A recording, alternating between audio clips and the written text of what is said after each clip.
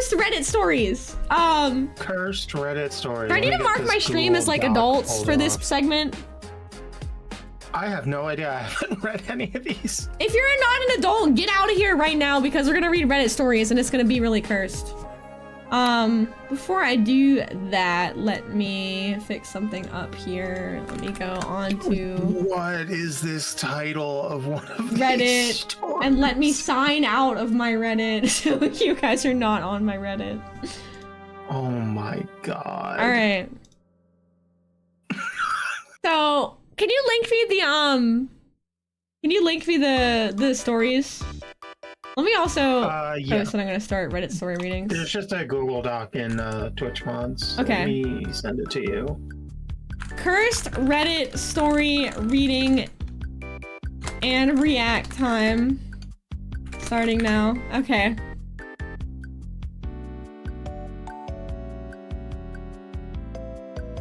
Okay, so here's the stories. Let me make my model a bit smaller. There we go. The poop knife. The poop knife! Oh my god! Fifth one. Oh. Okay, just chatting. I'm just chatting. Jesus. Okay, I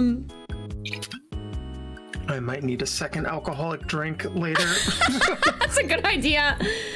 I've got one and I've gone through like half of it already. Please, no religion in the chat. Not it, dude. No. As a straight man, vaginas are badly optimized interfaces. What? Thank you, Zarek. And I would prefer to have them evolutionarily eradicated.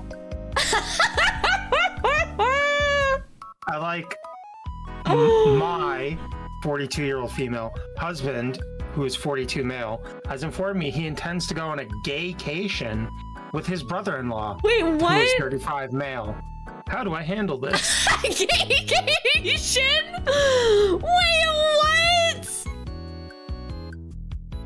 Oh my god! The poop knife! Of these. Okay, which one do we pick first? He keeps disappearing into the bathroom for an hour or more with a stick of butter, and the butter is gone when he finally comes out. What? Okay, I think I gotta see the stick of butter or the gay. Oh man. Oh no. Okay. Yes. Let's start with stick of butter. You're right. You were right. Yes, I'm 18. Okay. Let's see this. All right. We're gonna start with stick of butter. What? Okay, I'm just checking. Trigger warning: unusual cakes, fetish cake shaming. Oh boy. Oh no. All right, let me zoom in so we can see this. Okay.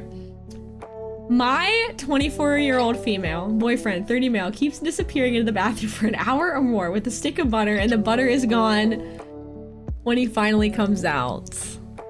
What? Oh boy.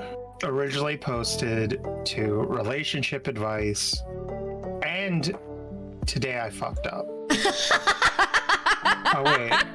Where's that user? No, I'm sorry, that's user. Username? Tifa. Okay. Yeah, that's just a username. Okay. Should I do these in a funny voice?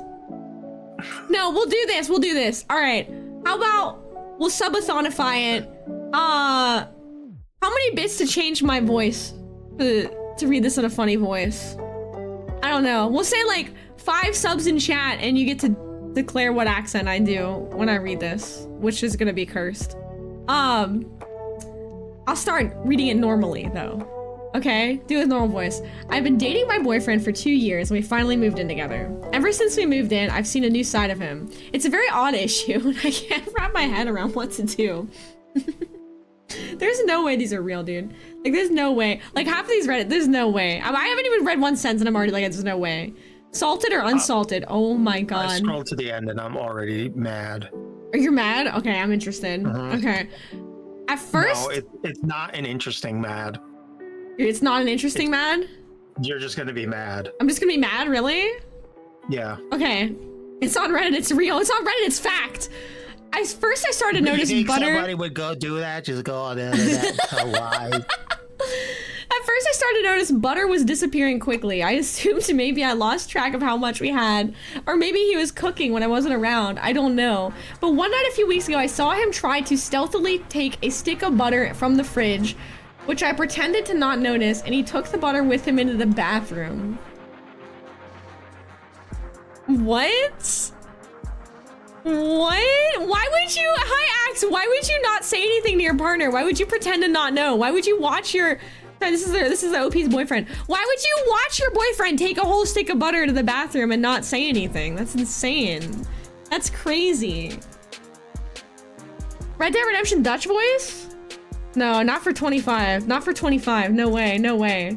Now I notice my boyfriend spending an hour or more of time in the bathroom since we moved in, but I never saw him take the butter before. I was so confused when he, wait a second. 1 second. I need to make sure that I fixed something up. Yeah, I did. Okay, I was worried that I forgot to turn on my audio from last night. 75? No. No, I said 5 subs. What is the equivalent of 5? I don't know. Like 1,000 bits. That's like 500 bits. That's fair. It's gotta be an amount of money. It's gotta be an amount of money for me to like, the more money, then the more I read of that voice. That's the goal. Yeah, listen to Wolfie. Wolfie knows. Now I knows my words when I are more. Okay. I never saw him take the butter before. I was so confused. When he came out of the bathroom about an hour later, I saw no sign of the butter. But I also saw he did not put the butter back in the fridge. It was gone. I tried to suddenly keep an eye on him, and over a week he did this 3 separate times, and each time a stick of butter disappeared. Finally, I said one day, "Where did all our butter go? I hardly used it this week and it's gone." He pretended to not know and said maybe we had forgot to buy it. I said, "No, we had 4 sticks before and now they're gone." He just acted like it was a mystery and said, "I guess we should order up some groceries." What? Oh no. Your connection is poo-poo, I'm sorry. By now he's getting very confused, so I ordered groceries and made a point of saying, "Good to know we finally have 4 sticks of butter. This should last us quite a while." He made no comment. On the first 2 days, whenever I used a small amount of butter, I would remark about how much butter we had left. First off, like, time out. Okay, why? I need to move my camera more this way. Right, okay. So why is this person not just like confronting her partner? Why is she all like, "Good to know we have 4 sticks of butter"? Like, just be like, passive aggressiveness is key in any relationship. Apparently it is. Like, why don't you just literally like go up to him and be like, "Why are you taking butter in the bathroom?" From the other perspective, why the fuck isn't he just buying extra butter? That's a good point. He should be buying extra butter and saying, something weird. "Yeah, this is my butt butter. Like, this is my butt butter. Leave it alone." With like the communal butter. Communal resources. Yeah, have a butter budget. A butter budget. She wants to think. She wants him to admit that he's using the butter. So just ask him if he's using the butter. It is bad communication, Chewy. Butt butter, butt butter, butt butter, butt butter, butt butter, butt butter, butt butter. It is weird. It is weird. Okay. Okay, so we did that. Okay. Finally one day I saw him do it again. He took a stick of butter into the bathroom and was gone for an hour or so and came back with no butter. I couldn't believe it. So when I made dinner, I acted shocked that 1 stick of butter was gone. He said maybe we only had 3, but he knew he'd been making a point of it. But he knew I'd been making a point of it. The very next day, another stick of butter gone. I listened to the bathroom door and heard sink water running and thought I heard moaning noises. Wait, how long were they together? 2 years? You were with your boyfriend 2 years? You don't know that he likes to stick butter up his ass, dude? What? Oh my god. I was so confused. Finally this time he came out and said, and I said, "I know he's been taking the butter to the bathroom." He got all flustered and said I must be mistaken. But I said I'd literally seen him take the butter in the bathroom and come out without it, and that I know he's been lying to me about the quantity of butter in our fridge. He then started apologizing for misleading, but said, "Let's just not talk about it." When he saw I was getting mad, he said, "What if I just order my own separate private butter?" Okay, so once again, we're here at his own separate stockpile of butter. This is insane. I was like, okay, but what are you doing with the butter? He asked me to promise him to never ask about his butter activities again and to just put it behind us. Let's just put it behind us. Let's just just put it behind us. I'm putting the butter behind me. He said, just look the other way on this one thing and stressed how it's not a big deal at the end of the day. And I was like, okay, I guess. But I have been so confused and even disturbed about it. Like, what is he doing with the butter? Why is he lying about it? Why won't he tell me? I don't even think he's eating it because he is not an overweight guy, and I feel if someone ate that much butter, they become hefty, but he shows no signs of it. I am just like, who is this guy? Am I overreacting? It's just so odd that I see him in a different light. I'm not sure what to do about it. Should I just ignore it? Too long didn't read. My boyfriend disappears with sticks of butter into the bathroom, but the butter is gone when he comes out and won't explain what he does. Before we scroll down in comments, what do you guys think he's doing with the butter? I mean, insane behavior. There is an update. There's an update? The girlfriend. Yeah. So there's some comments and then there was a second post. Oh. So there is more from the girlfriend. Okay, so let's go see the update. Editors, okay. Recap the original post, edit out. Okay. This morning I said, look, yes, you should buy private personal butter for your activities. But I said, I need to know what you do with the butter. He got very, very quiet and said, fine. I'll let you just this once. I'll let you know just once, I guess saying. And he told me everything. I was so mortified and confused. I could not tell you what it is, but I would just say it's a sensual activity. Extremely sensual. It is definitely inappropriate use of butter. Using it as lube? Dude, I guess it's just buy lube. Even type what it is due to how graphic it is. What? So obviously it's gotta be something more graphic than just sticking it up his ass, right? Because like you would just type it out. What? You'd think. I cannot even type it out to know how graphic it is. On one hand, it's just butter, but on the other, I can no longer see him the same way. I'm staying at my parents'. To make matters worse, a friend of his found my post and sent it to him saying, LOL, this must be about you. What? I guess he used to do it in college too. He is furious. Now the people I know IRL know what he does with butter. He is angry at me for, quote unquote, exposing his butter-based proclivities. God, hi, Zap. Now I've probably ruined my relationship and everyone knows my business, causing me shame and humiliation. I can't believe what he does with butter though, and I don't think I can be with someone who does things like that. I consider it a momentous fuck up for me to ever have confronted him about it. This is my mistake because I can never unknow what I know. Too long didn't read. I confronted my boyfriend and discovered the sensual activity he did with butter, and our relationship is probably over. And oh my god, what is it? I don't know. She never told us what he did with the butter. What do you think he's doing with the butter? And say it in a way that is not completely explicit. Not completely explicit in chat. I know I'm gonna explain some things, but I mean, he's got to be sticking it up his ass. But she could just type that. Like, that's not that graphic. Maybe he's just putting it up his butt. Maybe she's a prude? Maybe. Dude, butter's not gonna even go up your butt though. It's just gonna like hit the butthole and just, you know what I mean? It's just gonna, like it's not like, that's not made for that. It's gonna melt. I mean, if it's refrigerated, it might, I don't know. I know what he's doing. Zap says I know. Can you DM me? Can you DM it to me in Discord if you think you know what he's doing? Send it to me in Discord. Send it to me in Discord. Placing it in one place and sticking it in another place. Is he sticking it up his butt and then eating it?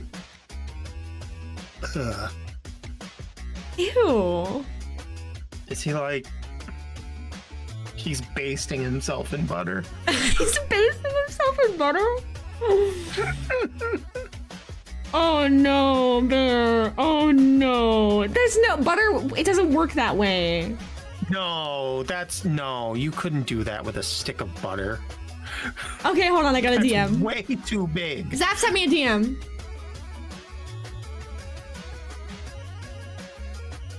Zap, I don't think so. I don't think that's gonna work because the butter is only so... What's a butter shaped thing? Okay, I don't know. Like, the butter's only so big, and I don't think, like, a stick of butter is like this size. I don't think something is gonna go into the butter. I don't think you can go into the butter. You'd have to drill a hole in the butter. Oh, was he? Did Zaf say? Like, wait. Using the butter. He's JD Vancing the butter. He's JD Vancing the butter. That's what Zaf thinks, but I don't think that it needs a bigger stick. But wouldn't she just say like what it is? Work with a stick of butter. Wouldn't she just say that in the post though? Because that's not that. You see tiny sticks of butter. My sticks of butter are huge. I'm already dying. I don't know. I buy standard butter, and I think that would be too small. This thread is so funny. I don't think you could do it with a stick of butter. Standard butter. I don't think so. Given I've been vegan for a long time and I have not held a stick of butter in my hands for a long time, so I don't really know the size of a stick of butter compared to a you know, redacted. But I don't think you could redact the butter. You cannot grapefruit the stick of butter. Is there another update? Someone says, what is it? He shoves the butter up his butt? He's like, oh, what? No. What does he do with the butter? Does anyone know what he does with the butter? Yeah. What does he do with the butter? What way of the butter is? People think he puts it up his butt. It has to be. I think he puts it up his butt. It has to involve that, I think. I think, yeah. I think he puts it up his butt. I think he puts the butter up his ass and it melts and disappears. And then he takes a shower. Maybe he freezes it first. I don't know how a stick of butter can go up a butt. Here's the thing. He's not freezing it first because she said he's just taking it from the fridge.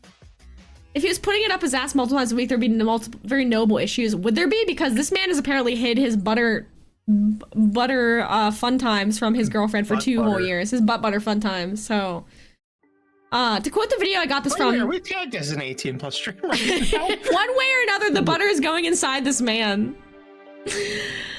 Maybe I do need to make this an 18+ stream. I think we do, based on that story. All right, let's see. Content labels. Vulgarity. Sexual themes. Yeah. Jesus Christ. All right, we're 18+ now. Yeah, this is a wild story post. Okay. All right, how do we rate this post? Do you think we can beat the butt butter guy? Let's pull a Cartman eating with his butt. Ew.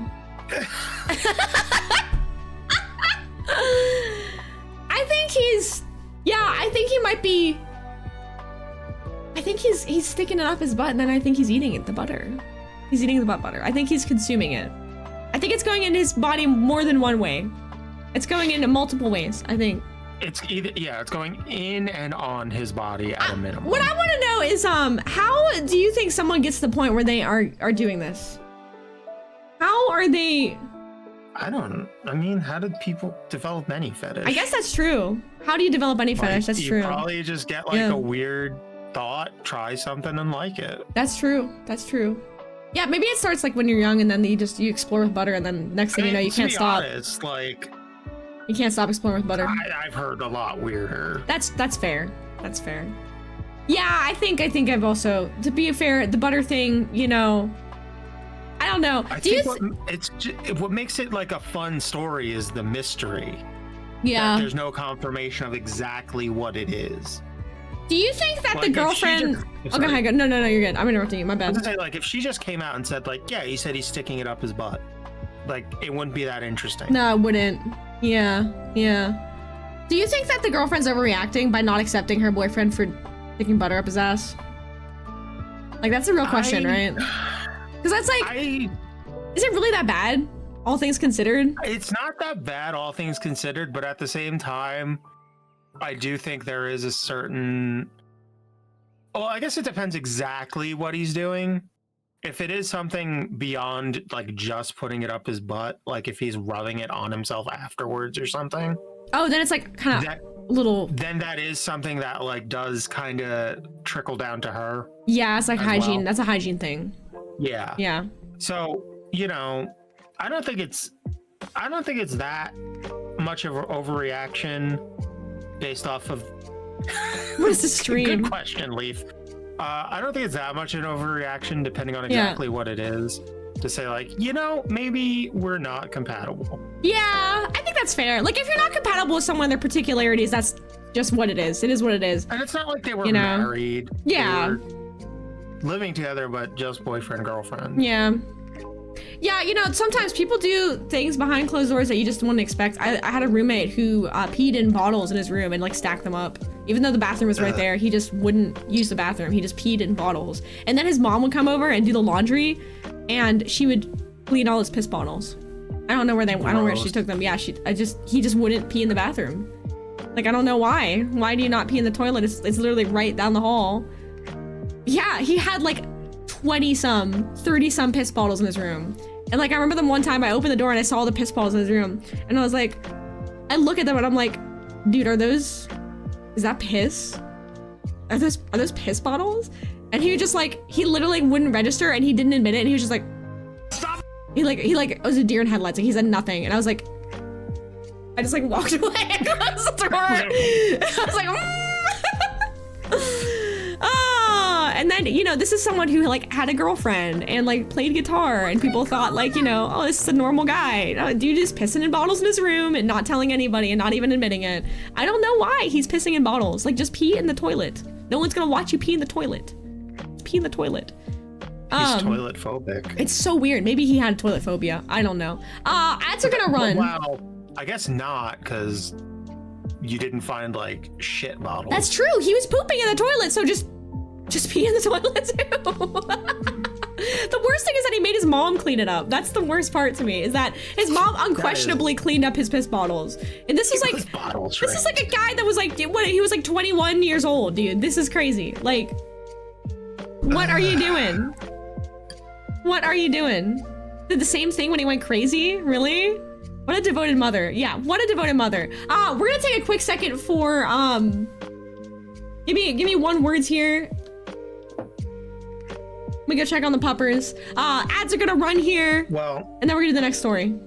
And do you wanna hang out with folks? I'm gonna run up and use the restroom. Cool. Let's both take a quick break. Despite having a perfectly good empty bottle next to me. Despite having a perfectly good empty bottle, you're gonna waste that bottle? And you're gonna run up to the restroom? Yeah, I'm gonna put it directly in the recycling bin. Maybe he was just saving water. Maybe he was just really, really environmentally conscious. Oh, perfect. Toilet. There we go. I will be right back. Where is my... There's my webcam. Oh, toilet! Nice one! Yeah, very good. Yes. Very good. All right, let's let ads run. All right. I too will be back.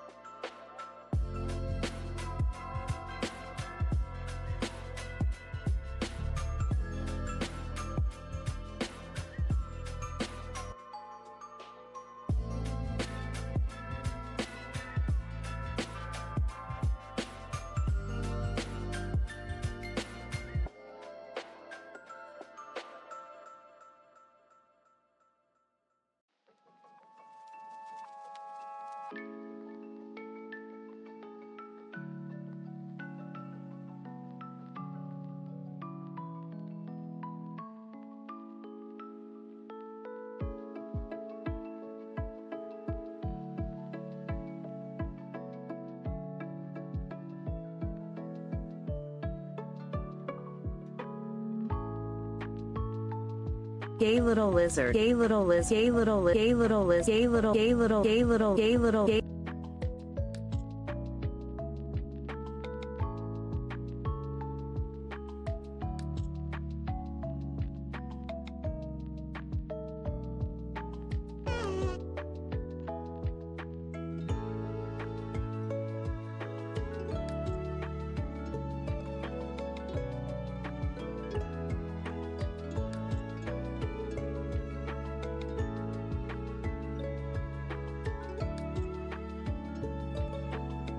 You gotta be on your ass.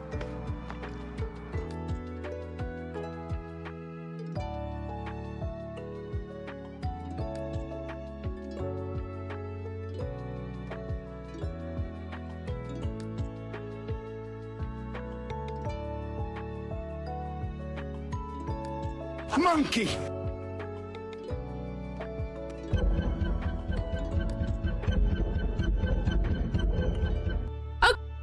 Oh, there we go. I'm back.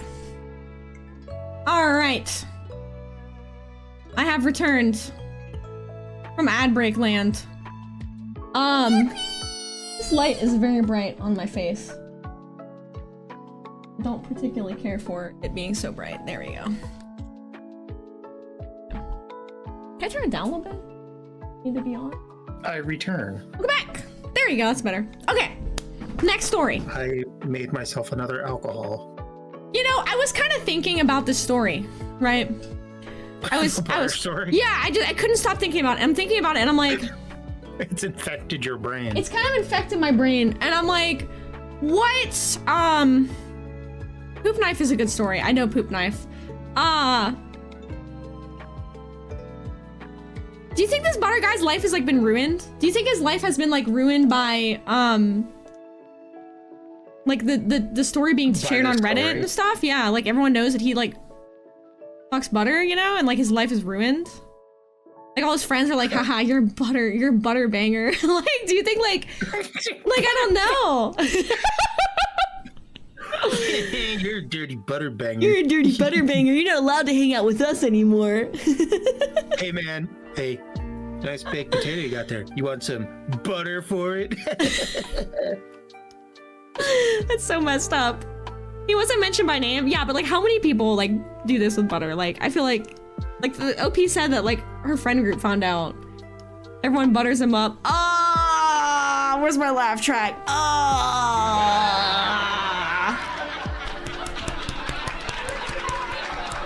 Good one. Okay, next story. He ruined his own life. All right, let's pick a good one here. Am, do you want to pick one?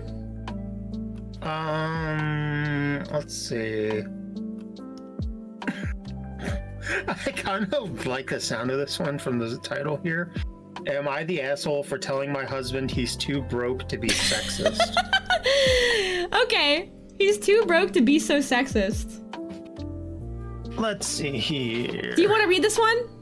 Yeah, I can read this one. Okay, alright. Alright. So this is a throwaway account.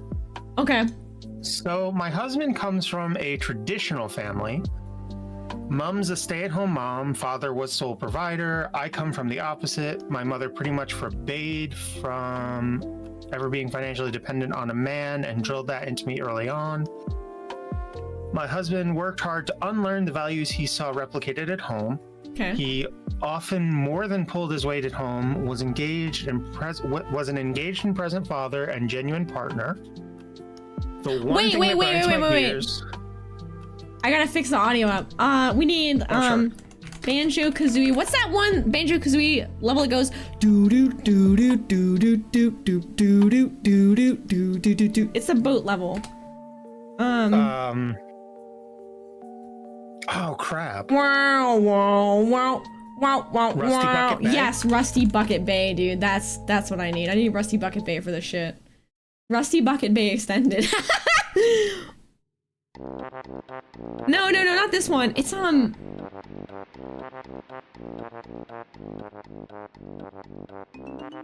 on. If you slow the playback speed down, actually.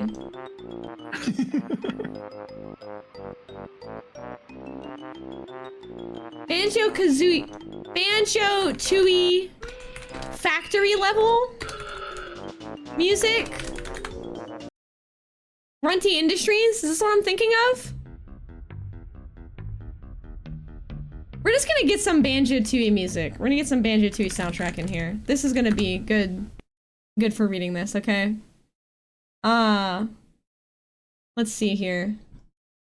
Banjo-Tooie official soundtrack. Okay. That's too happy. It's fine, I like the Jinjo music. Okay. I had to change the jams up here. You're making me want to go get a cider. I kind of want to go get a cider. If I get a cider though, I'll fall asleep. Okay. All right, continue. Okay. So the one thing that grinds my gears is how much weight he puts on the opinions of his family. Okay. I get that we all want our parents to be proud of us, but this is too much. My in-laws are staying with us 2 weeks. Our usual MO is I prep breakfast, we all eat lunch at work, school, and my husband makes dinner. Okay. We have a cleaner, must be nice.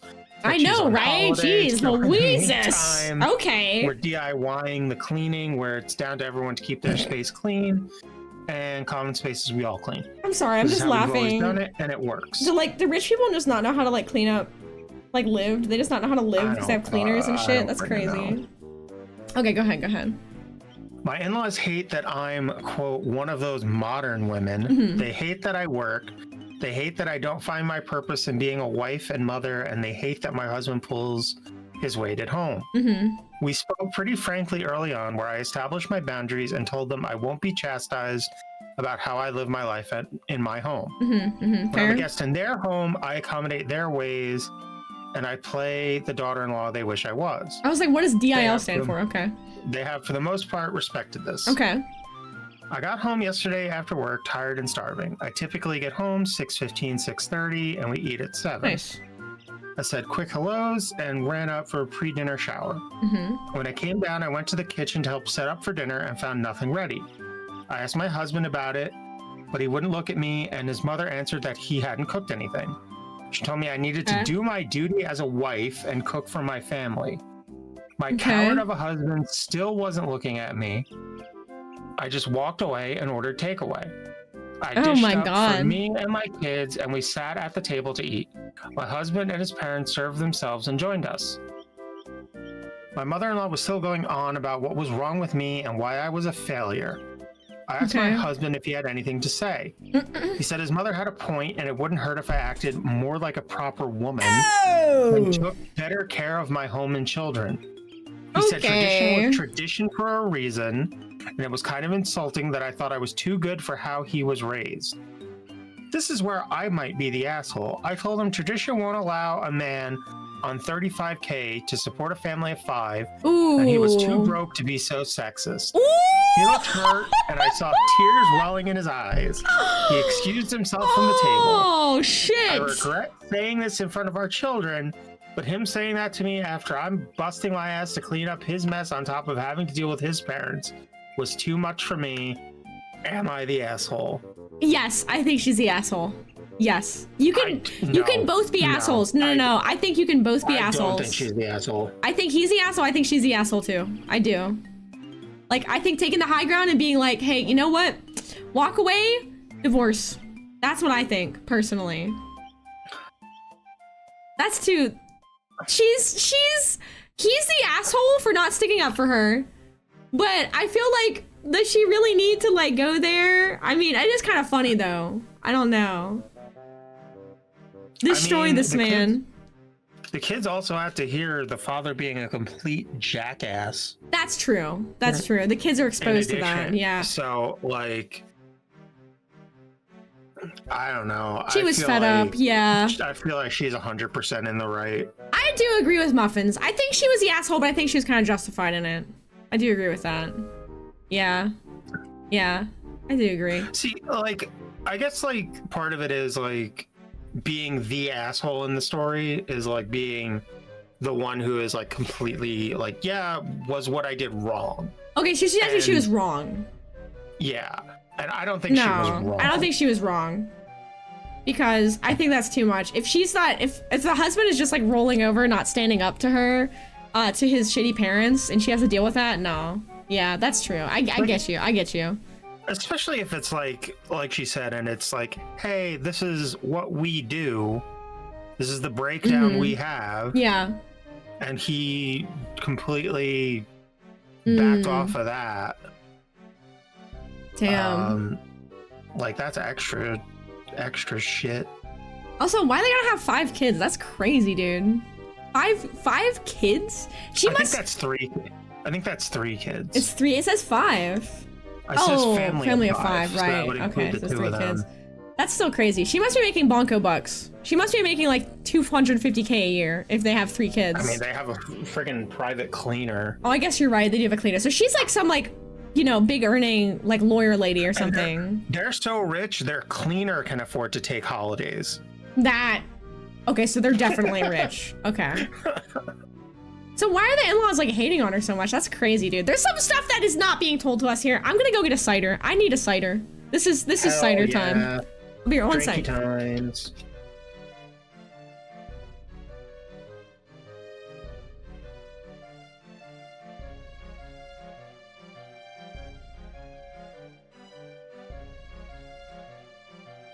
Yes, there's probably some stuff below the surface with this one.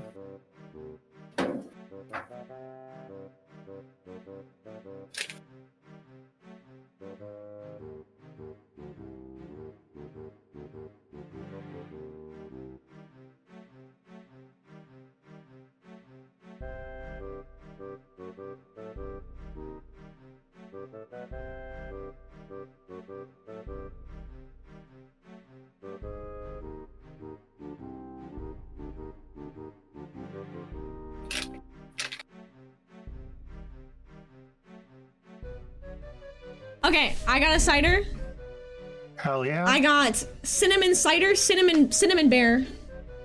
It's got a little furry bear on it. Look at it. Cinnamon bear, Cinnabear. Bear. Is that it looks like a fox. It does look like a fox. It's a red panda, I think. A red panda. All right, next story. All right, let's see. I've got myself an alcoholic cherry Coke. Ooh, nice. I do cherry liqueur and Coke.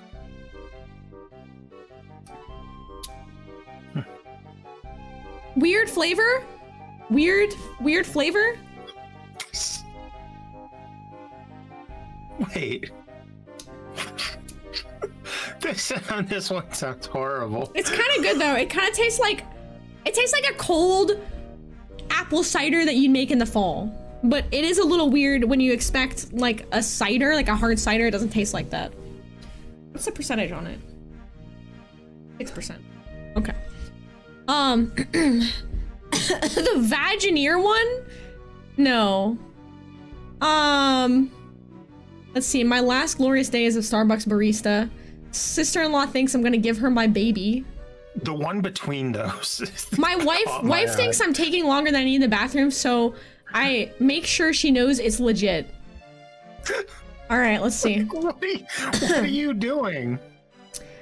All right, my wife and I bought our first house shortly after our wedding. Everything went smoothly, and we enjoyed our time as newlyweds. Of course. I started laughing immediately at some of the texts that caught my eye. Oh my God. Of course, as a honeymoon phase began to fade, some minor issues started to emerge. For her first one was the typical guy on the toilet problem. I'm sorry, guy on the toilet problem? This is, okay. So sometimes I spend quite a bit of time in the toilet. It's all legit though. I'm not just scrolling on my phone. I mean, I also do that, but I'm also doing what I'm supposed to be doing as well. Anyways, my wife started to pick up on how long I was spending in the bathroom and commenting on it. This is exacerbated with some unlucky incidences of her asking when I was coming out just as I was standing up and about to flush the toilet. So it seemed like I was just standing there until she said something and flushing to fake like I just finished. Wait, what? Hold on. Yeah, guys can make big poopies. Guys take a long time in the toilet. Sometimes they make big poopies sometimes. Shit, sometimes women make big poopies. Sometimes people make big poopies, you know? Some people are big dumpers. That's okay. Unlucky instance of her asking when I was coming out just as I was standing up about to flush the toilet. Interesting. Okay, I see. I get it now. Yeah, that's why I ate fiber, chat. Yeah. Yeah, this is why I put on the banjo too, because I was like, this needs to be the music for this. For the context, I eat a lot. I usually eat about 3,000 calories a day. Let's go, King. Give or take a few hundred. I'm a thin frame guy. 160 pounds, give or take, and I'm about 6'5". Back then, I was still getting used to the bowel movements associated with eating that much, and they tend to come out at random times in varying amounts. My wife, though, didn't believe me. Her diet was much less structured than mine, and she had no notion of what was going on in that room for so long. This culminated in a few arguments with her accusing me of wasting time in the bathroom on my phone and insisting that I was indeed pooping. Dude, that's ridiculous. She's being ridiculous. I think the wife's being ridiculous, you know? Need to squat? Need squatty potties are a thing. Yeah. Pooping can take some time, you know? This is ridiculous. Okay, so there were mostly joke arguments, but I really wasn't wasting time and was actually a little offended that she wouldn't believe me. So I decided I would get a little revenge and clear my name in the process. So the next time I was in the bathroom and my wife was in earshot, I began loudly announcing the following in appropriate intervals. Poop is currently exiting my butthole! Shortly followed by, poop has finished exiting my butthole. I would do this for 2 or 3 times for however long I was in the bathroom, during which I would be met with laughter or groaning from the other room, depending on how many times I had made my announcement that session. That's cute. After a few days of this, she would get grossed out and say, okay, I get it, and I would stop. Since then, I've developed a much more predictable poop schedule, but I no longer get questioned as to my going-ons in the bathroom behind closed doors. I like it. That's cute. That's cute. Poop notifications. You're gonna start doing that? Healthy relationship. Yeah. Yeah, they both laugh at it, then that's fine. That's cute. The top comment is also interesting. This one, I used to live with my in-laws, and they get accused... Oh, go ahead. They accused me of using all the toilet paper since I was always in there. We move out. Wife is buying loads of toilet paper and oddly just keeps stacking up faster than we're using it. Long story short, brother-in-law's friend was stealing toilet paper. They just assumed it was me going buck wild. Stealing toilet paper? What a wild thing to steal. Yeah, someone says I used to go to public restrooms. I'll admit I used to do that. And when I was in college and in dorms and I didn't have money, I would steal the big rolls of toilet paper from the public, like, library bathrooms to keep. I stole it. I didn't steal it from other people though, but I would take it from public places to not have to pay for toilet paper. But, you know, that's just being resourceful. That's just playing the game, dude. That's just, I'm out there playing Project Zomboid. I'm like, loot that toilet paper, take it back home. You know, now I got free toilet paper. Look for the vagina one. You were gonna lose it. It's legitimately insane. Yeah, library. It is the worst TV, but it's free. And when you are like a broke, you know, young college kid and you don't have money, I mean, it's free toilet paper. This is like when I first moved off campus, so I didn't have money for toilet paper. Are we doing the vagina one now? As a straight man, vaginas are badly optimized, or should we work up to that one? Let me scan this. Yeah, why don't you scan it and make sure that it's not too much. The ending doesn't look great. I do have the stream marked as sexually explicit content right now, so. No, but I want to make sure. Not from that perspective. Uh-oh, really? Is it like sexist or something? Close to all Walmarts? There's a very, like, borderline transphobic thing at the end. Oh. What? Is it inappropriate for stream? Like, what is it? You wanna send it to me? I don't need that. Hold on, let me scan it. Let me scan it. Let me scan it off stream so I don't have it on the channel. Hold on. Yeah, it's one of the edits at the bottom. One of the edits at the bottom? Like, it's just one of those, like, this person meant this in a weird way. Oh, you're saying that edit too right there? The first one. Oh, the first one? Like, both of them together, they're both kind of weird. I don't know. I mean, I guess I could just not read the edit and not scroll to the edit. That is kind of... Obviously, this person is deranged. It's so ridiculous. It's hysterical. We have to read it, guys. We have to read it. This person is obviously a deranged person. Okay, this is a deranged human being. All right. Does everyone have a snack? Does everyone have a snack and a drink or something? Are you ready to? You need to buckle in for this one because this is some shit. This is something. This is something. Okay. All right. Okay. Let me take a drink. Let me get my snack open. Oh boy. All right. As a straight man, vaginas are badly optimized interfaces, and I would prefer them to be evolutionarily eradicated. Oh, also, I guess I should start this off by saying, hold on. I just want to start this off by explaining the subreddit. Okay. This is the 10th dentist. What is a subreddit? It's for posting things. You know how they always say like 9 out of 10 dentists recommend. It's for being the one person who's like, actually, I don't fucking agree. Oh, I see. Okay, so you're being a contrarian. Yeah. This man is not straight. This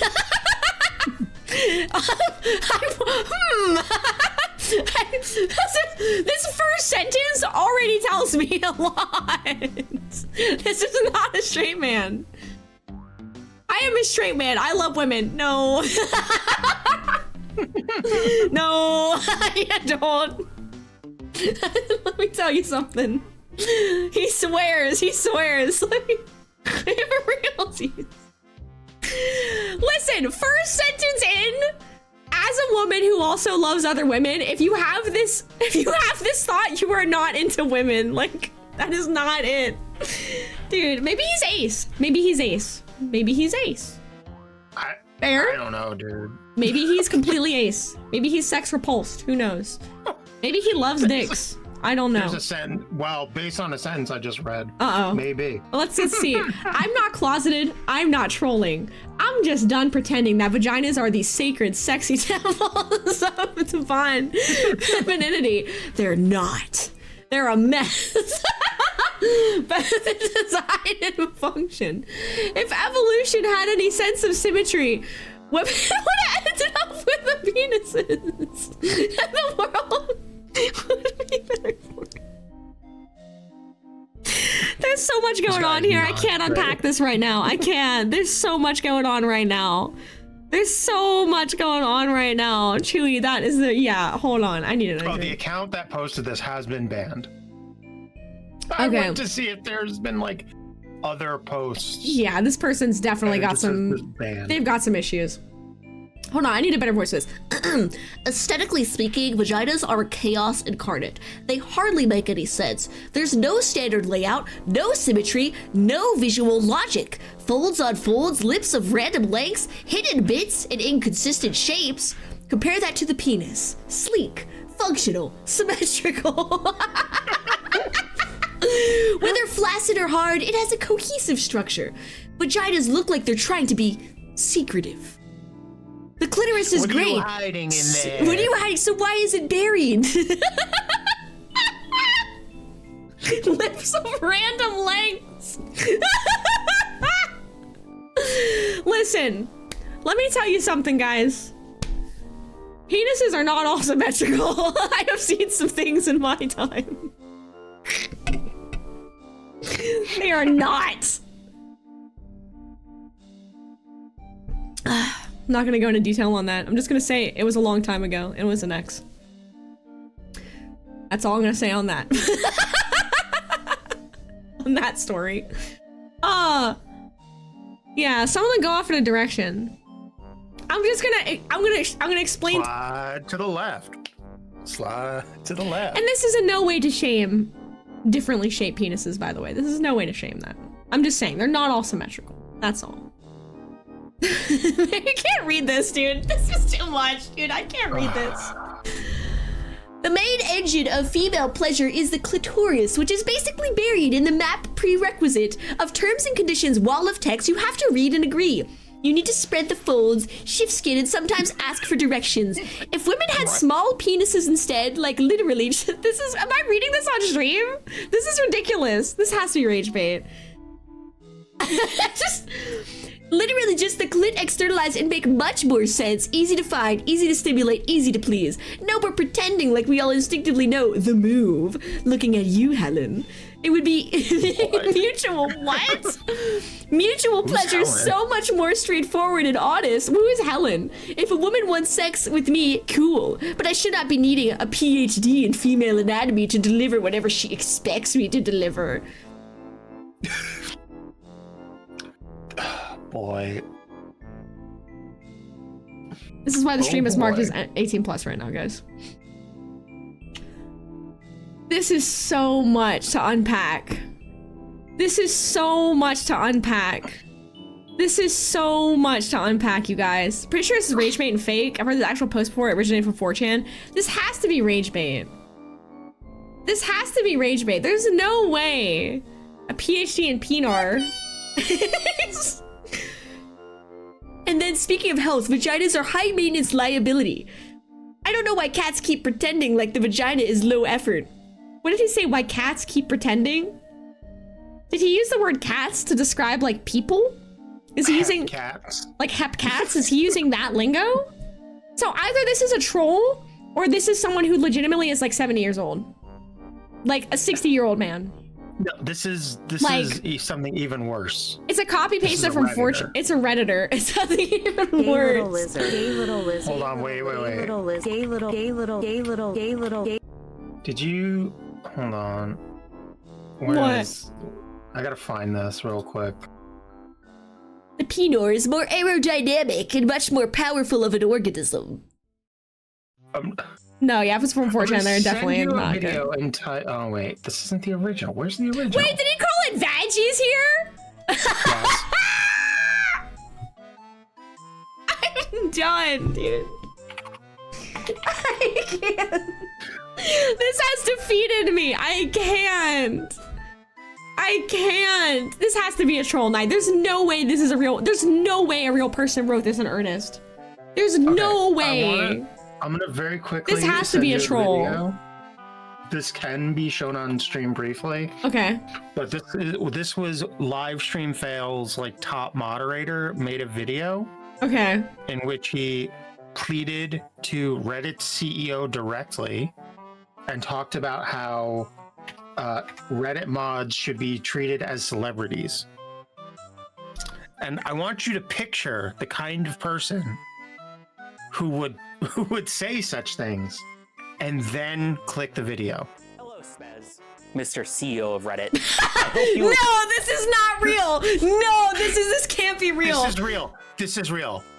He took it down and this is a re-upload. Are you telling me this is a person who's being genuine? Like to his core. Like this is his genuine self. Like video that I have created and sent to you via This has to be satire. I'm with Neb. There's no way. No, it is not. This is legitimate. This is a real guy. He is known for having gone after certain people. This like video he is a known is about entity. A topic of deadly seriousness. Deadly seriousness. And that is Reddit moderation and the state of your platform. But first, some background. I'm Brian, or Stale 2000, or Taylor He's also got like some kind of weird smoothing filter on. Yeah, I see that. It just might be his webcam. It's probably his webcam. Recently removed from that position. Is this not AI generated? Is this AI generated? It is not. I can't. By the Reddit Code of Conduct team. I became a Reddit moderator for one reason. And that is because I think that Reddit communities and correspondingly like a lot of React streamers reacted to this and for some in reason real time. Nobody seems to notice, care, or take this seriously. Because it was so ridiculous. This was like a major I will go over why post on Reddit. I will also talk about because everybody was dunking on moderation action that was taken. It's real. He got mad at Penguin Z. Good faith mistakes. I'm voice critical. I believe were caused by a clear lack of direct material support that the. Dude, no. No, the way people like this exist, dude. No way. I can't. Gives its moderators. I will end the video by talking about what you can do to fix this problem, as well as what I. Dude, he looks so mad. Look at his face. This is the type of person who wrote this post we're reading. Communities can do in case Reddit does not solve this. This is a direct message to Spez, the CEO of Reddit. Vaginas are poorly optimized. Please change them in the next patch. Sky's inner bully clawing itself out of hibernation. Dude, this is awakening my inner bully. I'm sorry. This is awakening. This guy's actually like a piece of crap. So I think it's okay to bully him. Like, he also scammed a bunch of people, apparently. I didn't really follow it that closely. I don't know what to say about this guy that is not going to be mean, so I'm just going to close it and not say anything. Here's the question, though. How close were you when you pictured what the guy was going to look like and then saw it? That is pretty much on point. I only expected a neck beard. I didn't get the neck beard, and the fedora's not there. He's not wearing his fedora, so that's different. He didn't have his neck beard, he didn't have his fedora, but other than that, spot on. Dude, do I have to read this whole one? This is insane. This is insane. Boy. If women had external genitalia like men, half of the medical aisle would be obsolete. Stop. It's like maintaining a biohazard you can't even see. Does this guy know where babies come from? Does he know where babies? Can't leave it unfinished. I think this man. Does he know where babies come from? Some very bad experience. I got pancake. Look, I got a pancake with me. Everyone say hi to pancake. Like, can we take a pancake? Can we take a pancake cleanser real quick from the? Bear, no. Got my baby. My baby. Exactly, hyenas. Man. Oh my god, no, not hyenas. Oh, hyenas. Hyenas in nature are they're kind of cursed, dude. They're kind of cursed. Hyena is not peak form. Hyena, I don't know. I'm not a hyena, so I don't know how it works, but I've heard some things about hyenas. What do you know about hyenas? Don't make a joke about it on stream. I don't know what you're talking about, hyenas. Vaggies are the reason sex is less satisfying than it should be. Oh my god. As a straight man, hold on, I have to do that voice. As a straight man, I want to love vaginal sex, but it's unpredictable. Sometimes too tight. Sometimes there's no sensation. Sometimes the angle is wrong and it just hurts her. Meanwhile, if both partners had penises, you get clear stimulation. This is the epitome go get with the guy. My steak too tender, my lobster too buttery. I can't deal with this. Guys, please don't make me read all of this. This should have been a way higher sub goal. This should have been like the 500 sub goal to make me read this whole thing. This should have been the whole sub goal. Hi, Judo! Welcome on in! That's thinking in that we're definitely gonna hit that goal. Stop reading it. All right, I'm done. I'm done. I'll read it for you. Dude, I can't read it. This is crazy. Women's clothes are designed around hiding a secret. Pads, tampons, panty liners, or whatever it's called. They are all shame, silence. I walk around without having to pretend. That's just straight up sexism, dude. That's just sexism. Bro, Jesus Christ. We have to pretend I'm shy of my anatomy. Imagine if women had external genitalia, there'd be no... Oh my god, I can't read this, guys. This is so bad. Guys, I can't read this. This is too much. This is too much. It's fucked up because this is really shitty, and then like parts of it border on being like actually based almost. This is like, so. Some of it's so shitty. Like the egalitarian talking points in that paragraph. Like, yeah, and then it'd be egalitarian, and there'd be no weird upset. It's like, okay, but the rest of it is weird. What are you doing? You ever notice how weird vaginas look in porn? Oh my god. It called it a fleshy portal. Oh my god. Judo, please help me from this. Please save me from this, Judo. I made a sub goal to read Reddit stories, and this is probably the most cursed one, okay? This is probably the most cursed freaking Reddit story. You'll help me? Okay. As always, this can't be real. He just wants to touch tips. Women more than straight men. What a freaking shame. What a tragedy. I'm not saying we scrap vaginas tomorrow. I'm saying if you remove emotion, social programming, and 200,000 years of conditioning, The vagina is a badly optimized interface, high maintenance, hard to navigate, visually chaotic. The penis, despite its own disadvantages, is a superior design, and if women had it streamlined, sensitive, and functional, the world would be simpler, sex would be clearer, and culture would be more honest. I will say, the human body is a friggin' poorly optimized, high maintenance, bizarre thing. All of us is like that. Yes, I agree with you. All human bodies are whack. Yes. Horrendously designed. Humans are a mess, fam. Humans are a mess. Yes. This is animal abuse. This is animal abuse. I'm the animal. I'm the animal. Think about teeth for a moment. Oh, teeth are fucked. We have 2 sets of teeth that we grow. The second set, and then that's it. And if anything happens to them, we're kind of screwed. And they're porous. Why are they porous? What is this paragraph? This is so fucked up. Did you see this? Wait. I can't. Oh my god, I can't read this. This is too much, dude. Oh no. That's so bad. See that? Oh my god. Oh my god. Like, look, I'm not gonna argue if I'm taking this seriously for a second. I'm gonna do it for the sake of stream. I'm gonna try and humor you guys. If I was looking at this and I was talking to this guy, let's say I'm having a conversation with this guy, right? He's talking to me, right? Face to face. I'm not gonna hopefully from like 20 feet away. Hopefully from behind like a glass wall. And like he's in prison, you know what I mean? And like safe away from him. But like if I'm talking to this guy and he's saying this stuff, I'm not gonna argue with He's in the straitjacket to the hand truck, like Silence of the Lambs. Yeah.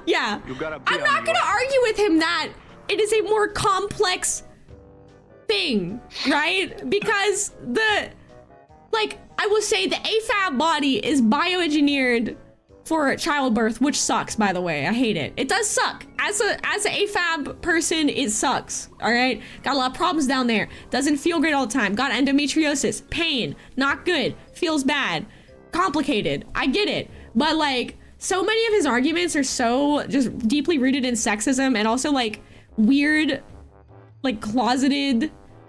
Like he's super closeted. Like I don't know what's going on with him, you know? I feel you, Fang. I feel you, Fang, right? I feel you. And like, this has to be a troll. There's no way, I feel like, there's no way that I can see this and not think it's not a troll. There's no way someone would actually think this thing, right? That's the thing that I'm struggling with. There's no way a human being could actually think this. Like this stupidly. Yeah, it is. It's a yet untapped level of misogyny that I just simply don't, you know. It's talking purely the aesthetic of it. It's no, because it goes into health issues. It goes into like all and weird like social stuff, which has hints of sexism. Like it. This whole thing is very bizarre. It is. There's so many layers to it when you really unpack this post that it is so like problematic and insane. Just absolutely insane. You know. You generally don't believe it could be real. You're right, Neb. That's messed up. Yeah. Male's lower horn, but he's in denial. So he made a Reddit post about it and then cried about it on Reddit. Okay. Moving on. Let's see. I'm gonna read I Am Losing My Fucking Mind. Okay, all right. I am losing my fucking mind. All right, Am's gonna read this one. Because I pre-scanned this and had a big reaction. We'll do poop knife next. Dude, go back. Oh. Don't hit read more. Okay. Because that'll spoil the thing. I already spoiled it for myself, sorry. Oh. But go ahead, read it. I was never one to believe in paranormal shit or whatever, but I have no idea what the fuck is going on with me right now, and I'm genuinely considering seeking professional help. I live in a really small shared dorm-style apartment with 2 roommates. There's this hallway that if you face it, there are 2 bedrooms to your right, 1 bedroom to your left, and a closet at the end of the hallway facing you. The bedroom on the left is right next to the closet. When we moved in, my roommate always complained that they got a closet instead of a bathroom like me and my other roommate had in our rooms. Okay. This closet has a bunch of our shared stuff, including my clothes, gifts, keepsakes, whatever. Today I got back from visiting my parents and I came back to put away some clothes from this closet, but I opened it and saw a fucking bathroom. A bathroom with a toilet and a shower and everything. I was only gone for 2 days and we rent this place, so it couldn't have been randomly built or some shit. I told my roommates, but they fucking said it was always a fucking bathroom and they had no idea what the hell I was talking about. I can't find any of the stuff that was in the closet anymore, even though I had a shit ton of memorable keepsakes in that fucking closet. What the fuck? I spent all day just sulking in my room, feeling miserable. I am not crazy, but that bathroom was a fucking closet just 3 days ago. I feel like I am losing my goddamn mind. I'm genuinely considering seeing a psychologist right now. Update 2 weeks later. I have a brain tumor. Oh. Yeah, I guess that would cause it. Holy shit. Yeah, that's something. Top comment, your alternate universe self must also be freaking out. Your first glitch. Welcome. Oh my god, people are thinking it's a glitch now, dude. Jesus Christ. Well, fuck. To be fair, it did take 2 weeks for the update. That's true. Over 2 weeks. That's true. That's true. So these comments are probably from before the update. Moral of the story is, if something really weird happens to you and you're seeing things that are unexplainable, like literally unexplainable, like go to the doctor and get an MRI. I'm not even playing, seriously. Like, just go get an MRI. Go get brain scan. Go get brain scan. It's like the what is it? The yeah, it's the mom. Yeah. That bee thing on Twitter like years ago. Bee thing. Let me hold on. Oh, we're getting really spicy today, you guys. This is fun. Yeah, this is actually, this one is a little spicy. Let's see. Bee thing? Yeah. What is bee thing? He's at the bathroom. He's at the closet. Bathroom was a closet the whole time. Yeah. You like jazz? You like jazz, huh? You like jazz? Paranormal stuff is 50% scams, 50% mental health stuff. So, I'm not going to read the full thing, but it was a comparison between cis people flirting and trans people flirting this person made. Okay. And the cis people flirting is like some really crude thing a cis guy might say. And the trans people flirting one is, you need to hold me down by my weak little bee wings. We have to repopulate the hive. Oh my god. And then a few weeks later, they posted apologies for the erratic behavior, forgetfulness, and breakdowns this past year. Turns out there was a gas leak 3 feet from my bed. Oh my god. Oh my god. And they posted that as an update for people who asked them to explain the post. Guys, gas leaks are super real. Gas leaks are a thing that happen. Yeah. So if you are experiencing weird, unexplainable phenomenon, you got to rule out the physical things before you jump to thinking it's like a ghost or some shit. Real talk. As much as I think ghosts are fun to believe in and it's really cool and all that paranormal, it's interesting, etc. Please rule out carbon monoxide poisoning, rule out gas leaks, like rule out, you know, any kind of health stuff like going on, brain stuff going on, because you just don't know what's going on, and like that's super scary. You know what I mean? I'm not saying like the paranormal is not impossible, but I am saying like you got to rule out your health first, you know? Very important. Shout out to the story about the guy that was leaving himself sticky notes and forgot because of gas. I remember that. I remember that. Yeah, I remember that. Yeah. Yeah, rule out health stuff. It's like if you have a cat, right? So like my cat Bean, sometimes he shits on the floor, right? So before I just assume like, you know, he's doing it out of spite, you know, I take him to the vet. I make sure he's fine. Guess what? He's fine. Turns out everything's great. His system is healthy. He just likes to shit on the floor sometimes to upset me. I don't know why he does it. So, rule out health stuff first. Rule out Nosferatu's living in your attic. Okay. Am I the asshole for bringing a raccoon to my sister's wedding? That looks like a good one. Let's do this one. I'm gonna read this one. Okay. It's been removed! No! if you wait, it's there for me. What? Oh, click the auto moderator post. That's why. Go back. Go back.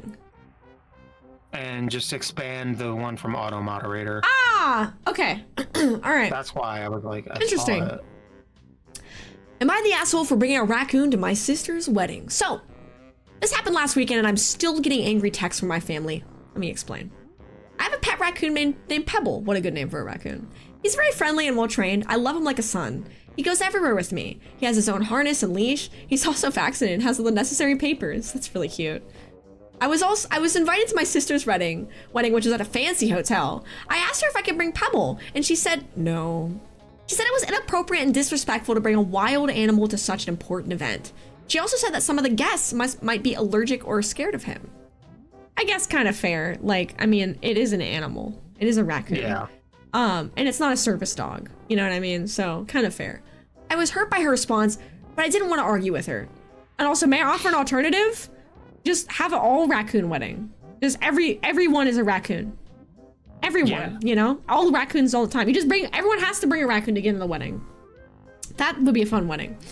I decided to respect her wishes and leave Pebble at home with a friend. However, on the day of the wedding, my friend called me and said that he had an emergency and couldn't take care of Pebble. I panicked. I didn't have anyone else who could watch Pebble, and I didn't want to leave him alone in my apartment. I also didn't want to miss my sister's wedding, so I decided to bring Pebble with me.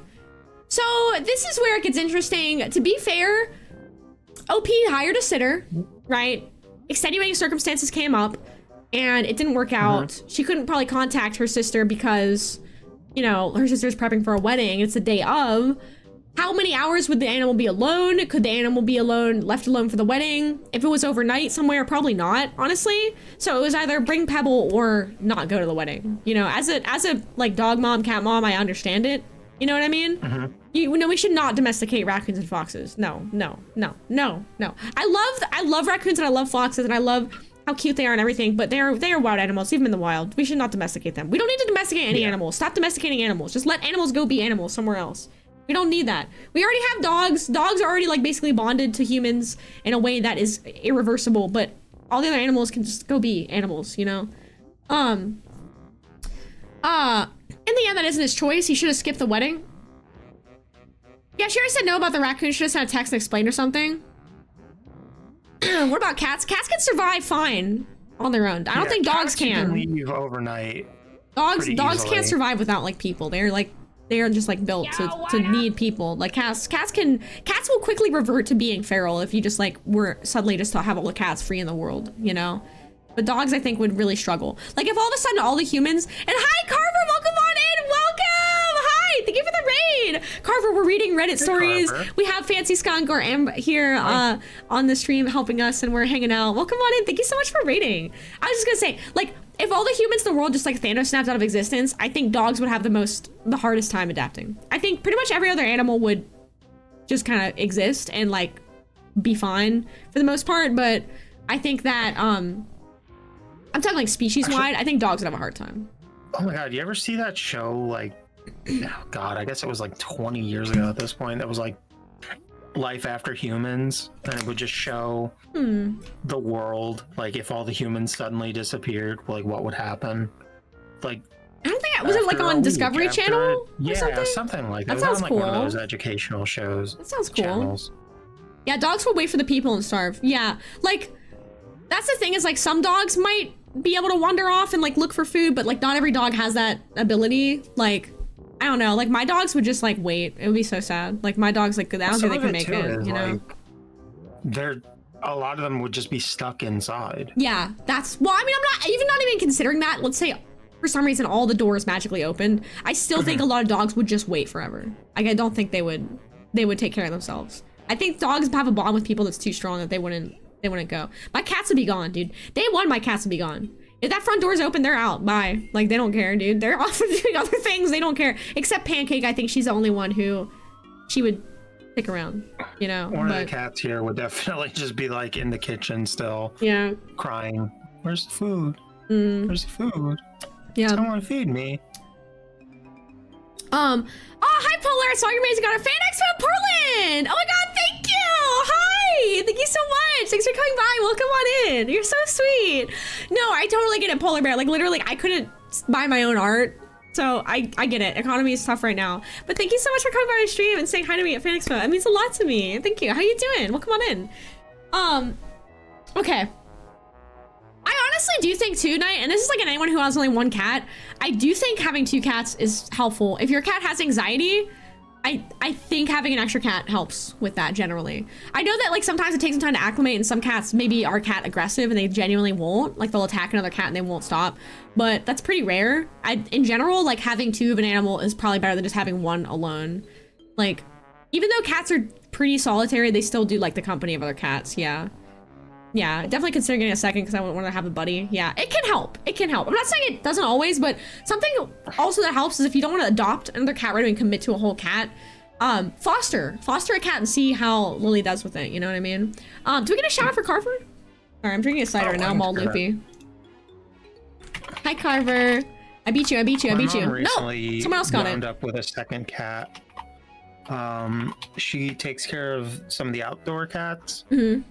And she took one to get fixed, and the cat wound up just staying with her. She's just like, yeah, the cat made herself at home. Aw, that's so cute. So, like, Allie likes one of my rabbits and hates the other. Yeah, it depends animal to animal. Yeah. Oh, thank you, Knight. Thank you. The only reason I have Koopa is my doctor room is emotional support animal. That's really good. I couldn't get a second one registered. Can you only have 1 ESA registered? Is that true? And some animals are fine being solo, and some animals have to be solo. Like, you know, it depends on the animal. I'm not saying that's like a cover-all for all cats or all animals, but I don't know. Like, I had a tough time after Penny passed away. I had a really hard time deciding if we wanted to get a second dog, because one, like, Chess is really good solo, but at the same time, she both doesn't like other dogs, but when she does get along with them, she really enjoys playing and being a dog and like wrestling with them and having fun. And so like we ended up fostering, and like eventually, you know, we got Gumbo, and I think it was the best thing for her because like she has a friend. She's way less anxious when she's left alone now, which is barely never because I'm always home. She loves playing with him. Like she's always sleeping next to him. They're always like really close. So, but it depends on the animal. Like that's why I fostered, because I kind of get to see who works best with the home, you know, before I commit to adopting. Like if I just went to a shelter and grabbed a random dog, it probably wouldn't work very well. Because not all dogs get along as well, you know. It's tricky. Foster. Like, Nori was the only like shelter cat we ever took, and he just, for whatever reason, he never warmed up to people. We think something like must have happened to him with the previous owner. Yeah, because he always is hiding, always isolating. Like you can pet him and stuff, but like that's the first time he sees you, he hisses. Always. That's so sad. But he won't bite or scratch, and you can walk up and he'll like being pet. Yeah. But he's always on alert. Aww. Like, so. Poor little dude. Yeah. Carver, thank you so much for the raid. Let me go ahead and snooze those ads for you. And then they're gonna go in another like 10 minutes or so. I can't snooze them anymore, as a heads up. Welcome on in. And I saw that they make Lego Pokemon now, which is really cool. Your family must have a little pack if you didn't know that. That's cool. Your cat tolerates 140 pounds of dog. That's really funny. Yeah, animals don't know how big they are. Like Pancake's 100% like the queen of the house. She does not give an F. But she's also been with us through so many foster dogs that she's used to all of it now. She just does not care. She's not bothered by anything. Aw, dog, I'm so sorry to hear that. The other one now is way less active and mostly just sleeps. Yeah. Yeah, like I think sometimes having a second dog helps them be more active. Same with cats too. Anyway, I forgot to read the rest of this. It says, am I the asshole for bringing a raccoon to my sister's wedding? Okay, so she got a sitter. She wasn't allowed to bring Pebble to the wedding, her raccoon. She got a sitter. Sitter canceled last minute, and instead of canceling going to the wedding, she chose to bring Pebble. Now, the question is, do you think the sister would be more messed up about it if her own sister didn't come because of the raccoon? Because I feel like the sister at the wedding would be kind of mad, like if she didn't show up. That's the thing. I feel like it's a lose-lose situation. It's a lose-lose. Yeah, it's a lose-lose situation. I thought it wouldn't be a big deal. I put him in his harness and leash and put a bow tie on him to make him look more formal. I also brought some treats and toys to keep him entertained. I figured I could just sneak him in and keep him in a corner where he wouldn't bother anyone. Boy, I was wrong. As soon as I arrived at the hotel, people started noticing Pebble. Some of them thought he was cute and wanted to pet him, but others were horrified and disgusted. They started whispering and pointing at me and Pebble. Some of them even complained to the staff. My sister saw me and Pebble and freaked out. She came over to me and yelled at me for bringing him. She said I was selfish and irresponsible and that I should leave immediately. Whoa, that's a mean reaction. Girl, just the raccoon's probably not bothering anyone. Just chill with it, dude. Why are you freaking out? Just have a conversation with your sister after the wedding and be like, hey, maybe you shouldn't have done that. It's not a big deal, dude. As long as the raccoon's not like mauling people. If she's holding the animal, you know what I mean? Like, who cares? I tried to apologize and explain the situation, but she wouldn't listen. She told me to get out or she would call security. She also said that I was no longer her brother. Oh, it's a brother, sorry. And that she never wanted to see me or Pebble again. What? Over a raccoon? Are you fucking kidding me? That's ridiculous. This woman's crazy. I do like the inclusion of or Pebble. Or Pebble? And let me get this straight. Isn't Pebble an ESA? For OP? It doesn't say that explicitly, but I feel like it's kind of implied. It says he's friendly and well trained. I love him like a son. Oh, come on. This lady's so mean. What a bitch. Oh my god. I was shocked and hurt by her reaction. I felt like she was overreacting and being unreasonable. Pebble didn't do anything wrong. He was just sitting quietly in his harness looking adorable. Come on, dude, seriously? He didn't bite anyone or make a mess or cause any trouble. Assuming the OP's being honest, then yeah. I decided to leave with Pebble, but not before telling my sister that she was being a bridezilla and that she owed me an apology. I also told her that Pebble was more family to me than she ever was. Good on you, bud. Now my whole family is mad at me. They say I was rude and disrespectful to my sister, and I should have left Pebble at home or found another solution. They say I should apologize to my sister and beg for her forgiveness. Oh, fuck off, dude. Fuck these people, man. That's so mean. But I don't think I did anything wrong. I think my sister is being unfair and cruel to me and Pebble. I think she should apologize for me for treating me like dirt. So, am I the asshole? Now, I can already tell you, without looking at the comments, I can already tell you the comments are gonna be like, you're the asshole. That's what I predict, but I think he's not the asshole. To be fair, we are getting one side of the story.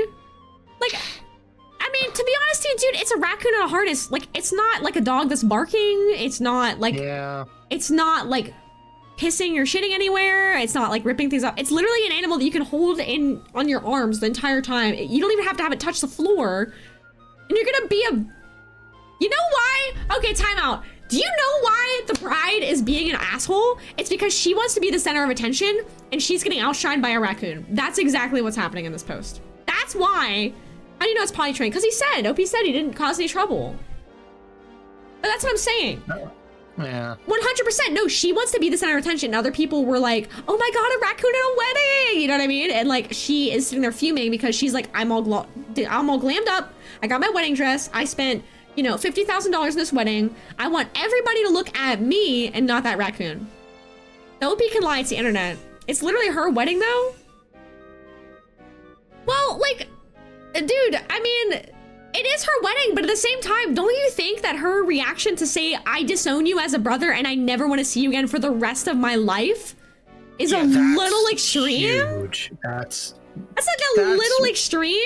That's wedding day emotions. That's wedding day emotions, dude. That definitely comes out. You could have made that up. I mean, the whole thing could be made up, but we have to go based off what we see here. We don't have any other, like, framing of it. I'm asking you to go off of the framing. It's the stress of a wedding?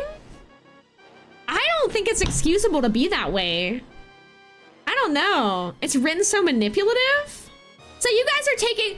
Okay, but what I'm asking... Like the vagina one was taken that way. And I did. I took the vagina one seriously. And I said it was ridiculous. It was sexist, right? What I'm asking is, based on what you see in this post, do you think that this person bringing the raccoons to the wedding is wrong? Let's just assume that everything he's saying is true and the raccoon didn't cause any problems. I do still think he was wrong to bring it. You think he was wrong to bring the raccoon? Yeah. Like, I guess the option would have been stay home from the wedding. He was wrong to bring Pebble, but also she massively overreacted. Yeah. It's not his choice. Do you think it'd be better for him to just completely not go to her wedding at all? Like, would that be better for the bride? Do you think that she would have preferred that? I like those like conflict music playing right now. So funny. For sure she's a monster. I think she's definitely a monster. It was in the wrong to take him as a boundary was set. said is fair. You are totally right. She did say, you cannot bring Pebble, and it's my wedding, right? That's super fair. That's super fair. Yeah, she overreacted, but he set the boundary, yeah. Crazy ass. Wait, I want Banjo-Kazooie music now. Hang on. Oh, we already did that. He didn't intentionally break it in the way that, like, it was his only option. His only option was either not go to the wedding or bring the raccoon. So what do you think would be the better option? For him to not go to the wedding? Yeah, it was either not coming or bringing Pebble. That's what I'm saying. I'm with Atrix. I think she would have freaked out if he didn't come to the wedding. You know what I mean? Don't go to the wedding. I think everyone in this situation, he should have excused himself for the wedding. Don't go or leave early, leave Pebble at home. I don't think you could leave a raccoon alone. To be honest with you, I don't think that would be an option. I don't know. I mean, surely he could have left Pebble alone in an enclosure for at least 2 hours, right? To just pop and say, hi, I gotta go. You know what I mean? But I think the sister would have been equally as pissed about that, to be honest with you. She would have called him and disowned him for not coming. I agree with Atrix. I think she would have done that too. Yeah. I think my opinion, I'll be so real with you. I think weddings are so overblown in our society. Like, people act like it's the end all be all, and like the brides who have these weddings are like, it's my wedding, it's my day, everything has to be for me. It's like, get your head. You are not the center of the universe, girl. Guess what? Nobody cares about your wedding except for you. Everyone's gonna forget about your stupid wedding a week later, okay? I just had my cousin's wedding back in late November. That's how I feel about weddings. And one of the most ridiculous things they did, well, first of all, she had, I think, 3 or 4 costume changes during the wedding. Oh my god, 3 or 4 costume changes? They had large cardboard cutouts of the bride and groom's heads that, like, the wedding party waved during the reception when they made their entrance. Oh my god, are you serious? Yes. I have been to one wedding. Okay, I've been to one wedding. And it wasn't that egregious, but because I am a brokey, everyone thought that I was the help and kept asking me for drinks and food. So I was like a little irritated with that. Marriage in general feels anachronistic to me. What does anachronistic to me mean? What does anachronistic mean? I don't know that word. It's not outside of my vocabulary. It's something from another time. I agree with Sam on that, yeah. I think that weddings, I don't like weddings. I think that it's really, I hate to say like narcissistic, because I think that's like a jump. But I do think that people, like, they grow up expecting this thing and they really want it and they want it a certain way. And it becomes so much about control and like power and like flexing, basically flexing money, that it feels so icky to me. I don't think that's what love's about. I really don't. Like, that's just me though. Like, I know people like had really great weddings and they really love their wedding, and that's all the power to you. If you want to have a wedding, it's a nice celebration, cool. You know what I mean? But like, I don't know. Yeah, basic, simple weddings, exactly. It just sounds like the bride in this is being kind of like an asshole. Like, to disown your own brother over something so small. Like, if she really loved her brother, she would just be like, cool, dude, just stay in the back with the raccoon. Get it out of sight. You know what I mean? Like, I love you, but you shouldn't have brought it. Just go to the back and don't bother people with it. You know what I mean? Like, she should have just been that. She's not a cool, chill, or well-adjusted person for her reaction, I think, with her brother. I think, and him bringing the raccoon, did he overstep boundaries? Yeah. She told him, don't bring the raccoon, and he brought the raccoon, but at the same time, like, he did it out of a place of love and concern for his raccoon and for his love for his sister and wanting to be there for the wedding, you know? Like, does anyone even want to go to weddings? Like, you know what I mean? Like, I don't know. Maybe some people do, but like, I mean, it's kind of an obligation to go to a wedding for someone. So it's like, you usually have to travel a little bit. You're so biased. You gotta like dress up a little bit. It's like, I only want to ask you to tech stuff. Meanwhile, I do expect you to come to my wedding, Sky, whenever I do get married. I'll go to your wedding, Am! See? I'm excited to go to your wedding because I love you and you're my sister, okay? I am as of yet not engaged. Putting that out there so chat doesn't congratulate me. I want to go to your wedding! Yay. Can I be one of your bridesmaids? That'd be so cute. Assuming I have bridesmaids, yes. Yay! Sky, can I bring a raccoon? Yes. Bring a raccoon. I would be insulted if you didn't. Listen, I'll put this out there now. Okay, first off, I'm not married and I don't like weddings. But if I ever did have a wedding, everyone in chat, bring your animals. If I invite you to my wedding, I don't care. If your animal is well adjusted and not aggressive or biting people or causing problems, bring whatever you want. You can bring your dogs, you can bring your cats, you can bring your raccoons, you can bring your parakeets. I don't care, dude. Bring your horses. Bring all of the animals to the wedding, dress them in cute little dresses and take lots of pictures. I want to see all of the adorable animals. Wear a fursuit to the wedding.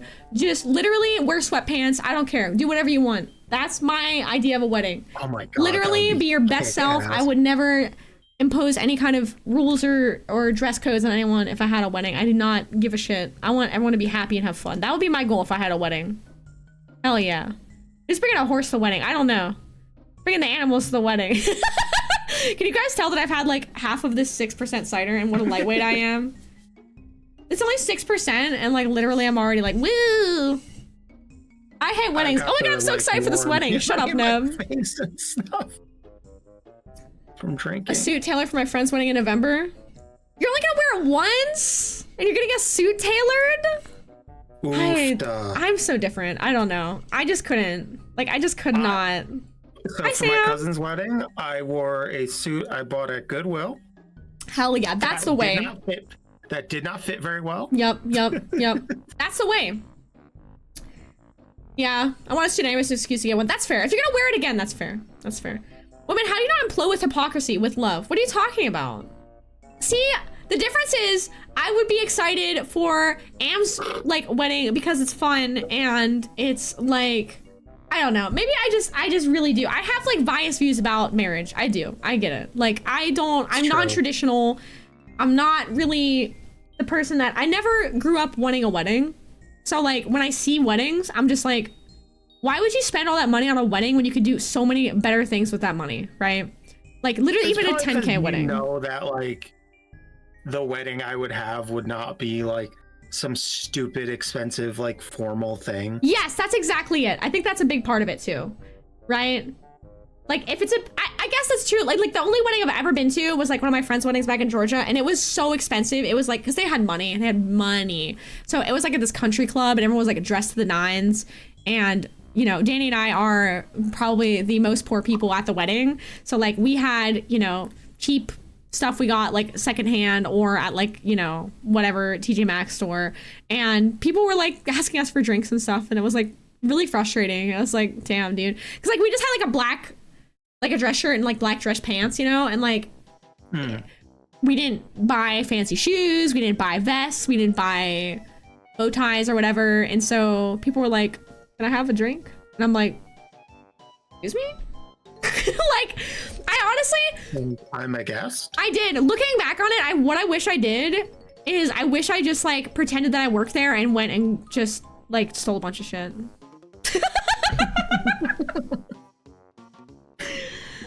I won't get married again because fuck that noise, but it was nice. Yeah, black shirts. Yeah. I didn't know that because I don't know. No one taught me these things. I don't know. It's like wearing a red shirt at Target. I know. I didn't know. But I also didn't want to spend more than like $40 for both of us for all of our stuff. You know what I mean? Like that's money that I didn't want to spend. And like for both of us doing what we do, like I'm a freaking like art streamer and Danny was like going to school at the time. Like neither of us needed dress clothes. So it was like, there was no reason to buy a bunch of dress clothes. So I was like, I don't want to spend money on it, Yeah, if you're gonna be a snake of staff anyways, exactly. I'm gonna start doing that. I'm gonna start like dressing up as staff and just going to weddings and like drinking a bunch of like free booze, stealing free food. Well, it's not gonna be any vegan food, so I can't steal food. Yeah, because you have dress clothes because of work. See, I don't need dress clothes. I'm in my PJs right now. I got to spend 20K on a wedding and didn't even get to have the wedding. What? What? Wait, what? Renting dress clothes for weddings is worse? Dude, I just can't understand it, dude. Okay, let's go to the next story. I don't know. When I rented like a tux as a kid for my aunt's wedding, well, I say kid, I was like a teenager, but it was like fully tailored to me and stuff, and it was comfortable and looked good, and I'm like, That's way better than having to buy one. I think if I had a wedding, like if we had a wedding, like I feel like it would be either like so chill and like vibes based, or it would be like a black metal wedding and everyone would be like wearing like gothic shit and like it would be like a metal. And then like if you want to spend money, it would be like to get a metal band in there to do like a cover and everyone could have like full face paint on, you know? That'd be fucking cool. Your wedding invitation's completely illegible because it's in like black metal fonts. Yeah, that's what I'm talking about. Exactly. Wait, you were engaged to get married in 2009. Your fiance left me 2 months before the wedding. Are you kidding me, Seth? I never knew that. Oh my god, my dude. That shit happened to a friend of mine who engaged and the partner broke it off. Like very close to the wedding. Oh my god, what the hell? I will and have legit told dear friends no weddings. I'll send a gift. Leaf, I respect you for that, dude. I respect you for that. Like, just no weddings. Yeah, I think the weddings for me, it's just, and I'm not gonna keep dragging the subject, but I just my final thoughts is that I really do feel like it's a product of like consumerist capitalist America and Western culture in general, not just America, but consumerist culture. Yeah, and it's just like they want you to spend money on this industry, a wedding industry. And why? Even the ring. Like the ring alone. Oh, fuck the ring. What do they say? A month's salary? Multiple months salary? Dude, let me tell you something. Girl, let me tell you something about the ring, Ann. Listen, if Danny came home and brought me a ring, I would tell them to bring that shit back because there is no way you are spending any amount of money on a useless piece of jewelry for me. You know how many video games you could buy with a ring? You could buy so many video games. I'm slightly different in that if Cal did propose with a ring, I'm fine with a ring, but I don't want a diamond. Yeah, that's fair. You know? That's fair. Diamonds are tacky. So they 1 to 3 months salary. Like, I would want a ring like that I could wear like day to day, not some like weird, huge, gaudy, expensive thing that I'd always be paranoid about. I'm losing it live on stream. This is why I never drink on stream because this is what I turn into, you guys. I turn into like I turn into like a ranting person. So that's the thing. Leaf is like, look at how many memories you could have. So 1 to 3 months salary, you could go on a whole ass international vacation. Wouldn't you rather have those memories than a ring? You know, though, like. Yeah. My mom showed me. She said she was looking through stuff and found. A whole and she ass showed one. it to me. She's like, this was like my great grandmother's engagement ring from my dad's side that has been passed through. And she goes, now that I've found it, it is technically yours. That's cute. What do you want to do with it? I'm like, sell it. Aw, I have my grandma's engagement ring. Actually, I have my mom's. My grandma gave my mom's. At all to that side of the family. Yeah. So it's like it's very easy to just say like, yeah, I don't care. Just give me the money. Yeah, that's so fair. I mean, everyone's different. It's fair. Like if you're sentimental about it and you know what you like and you find value in something, then that's what you find value in, right? Like. I mean, if it came from the other, if it came from my mom's side of the family, I would legit have cared. Yeah. I wanted to keep it and stuff. Yeah, that's fair. Exactly. It's like, it's a sentimentality. It's like what's in the ring, right? It's not just, it's a ring. Doc says, if I were wanting a ring, I just want something fun and not something too regal and flashy. I'm a sucker for regal aesthetics to an extent. Yeah, I know you like what you like, you know what I mean? You got 13 rings on. You know what I think I would do? I would do like a tattoo. Maybe I would do one of those tattoo ring things or something. I don't know. That's cool. Like, I'm just not... I guess for me too, also, I don't really like jewelry. So that's also different for me. Like my ears aren't pierced. I don't wear jewelry. I wear like little rings I wear. Bracelets sometimes, but I do clip-on earrings. Oh, that's cute. It's cute. Yeah, I don't know. I guess if I don't wear like jewelry, I wouldn't. I feel like if I had a ring, I'd constantly be touching it and bothered by it, you know? I don't know. I don't see. I'm weird because I wear an Ace Pride ring, so I wear a black ring on my right hand, which gets in the way all the time because that's my dominant hand. But I don't know. You just get used to it after a while. Okay. Can we read the next? We go to the next story. We're on a tangent about weddings. We're like, that was a fun tangent. That's a good tangent. Yes, good job. Good, everybody. Good. Yes. Tangent. Where's my clap button? Sky has had half a cider and she's gone. It's Sky is a lightweight who never drinks anything.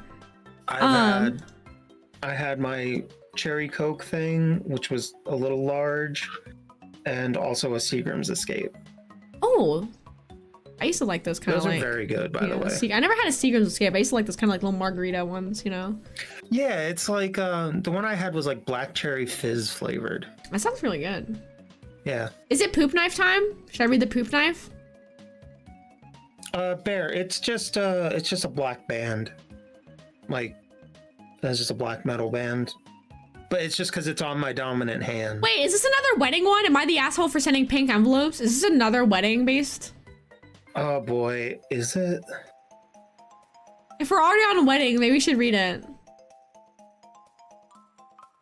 Oh, whoever's checking this off, thank you.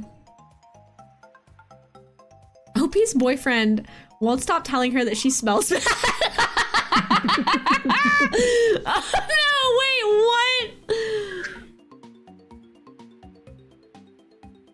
what? Okay, who read the last one? Was it me or you, Am? You read the one about. Do you want to read this one? OP's boyfriend won't stop telling her that she smells bad. It's because I'm a skunk, isn't it? I didn't even think about that. Sorry. Let me find it. There's another wedding one? Okay, we'll do that one next. All right, let me get this open. This is fun. I'm having fun, you guys. This is fun. Oh my gosh, all right. Okay. Let's hear it.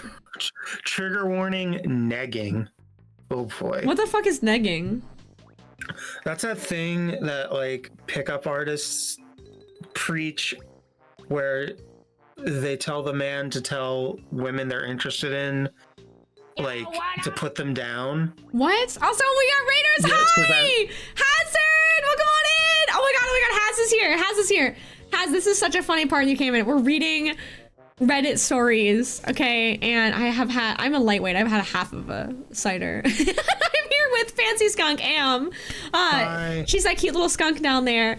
And we're reading Reddit stories, and we read some really cursed ones, and I just went off on like a 30-minute tangent about why I hate weddings, and it was so unfiltered and unhinged. Hi everybody, welcome on in. Hi, if you're new here, my name is Sky, and little raccoon down there is my model, and I do go on camp sometimes, so this is my face. It's pretty rare that you see my face, so congratulations. You've been blessed by, or cursed by, my face, whichever one you think is accurate. I'm a full-time freelance artist and streamer, and I also like to play indie games, and we also do art education segments every Sunday. So if you're interested in learning art, join our Discord and come by for art school on Sunday. It's really fun. It's open to everybody.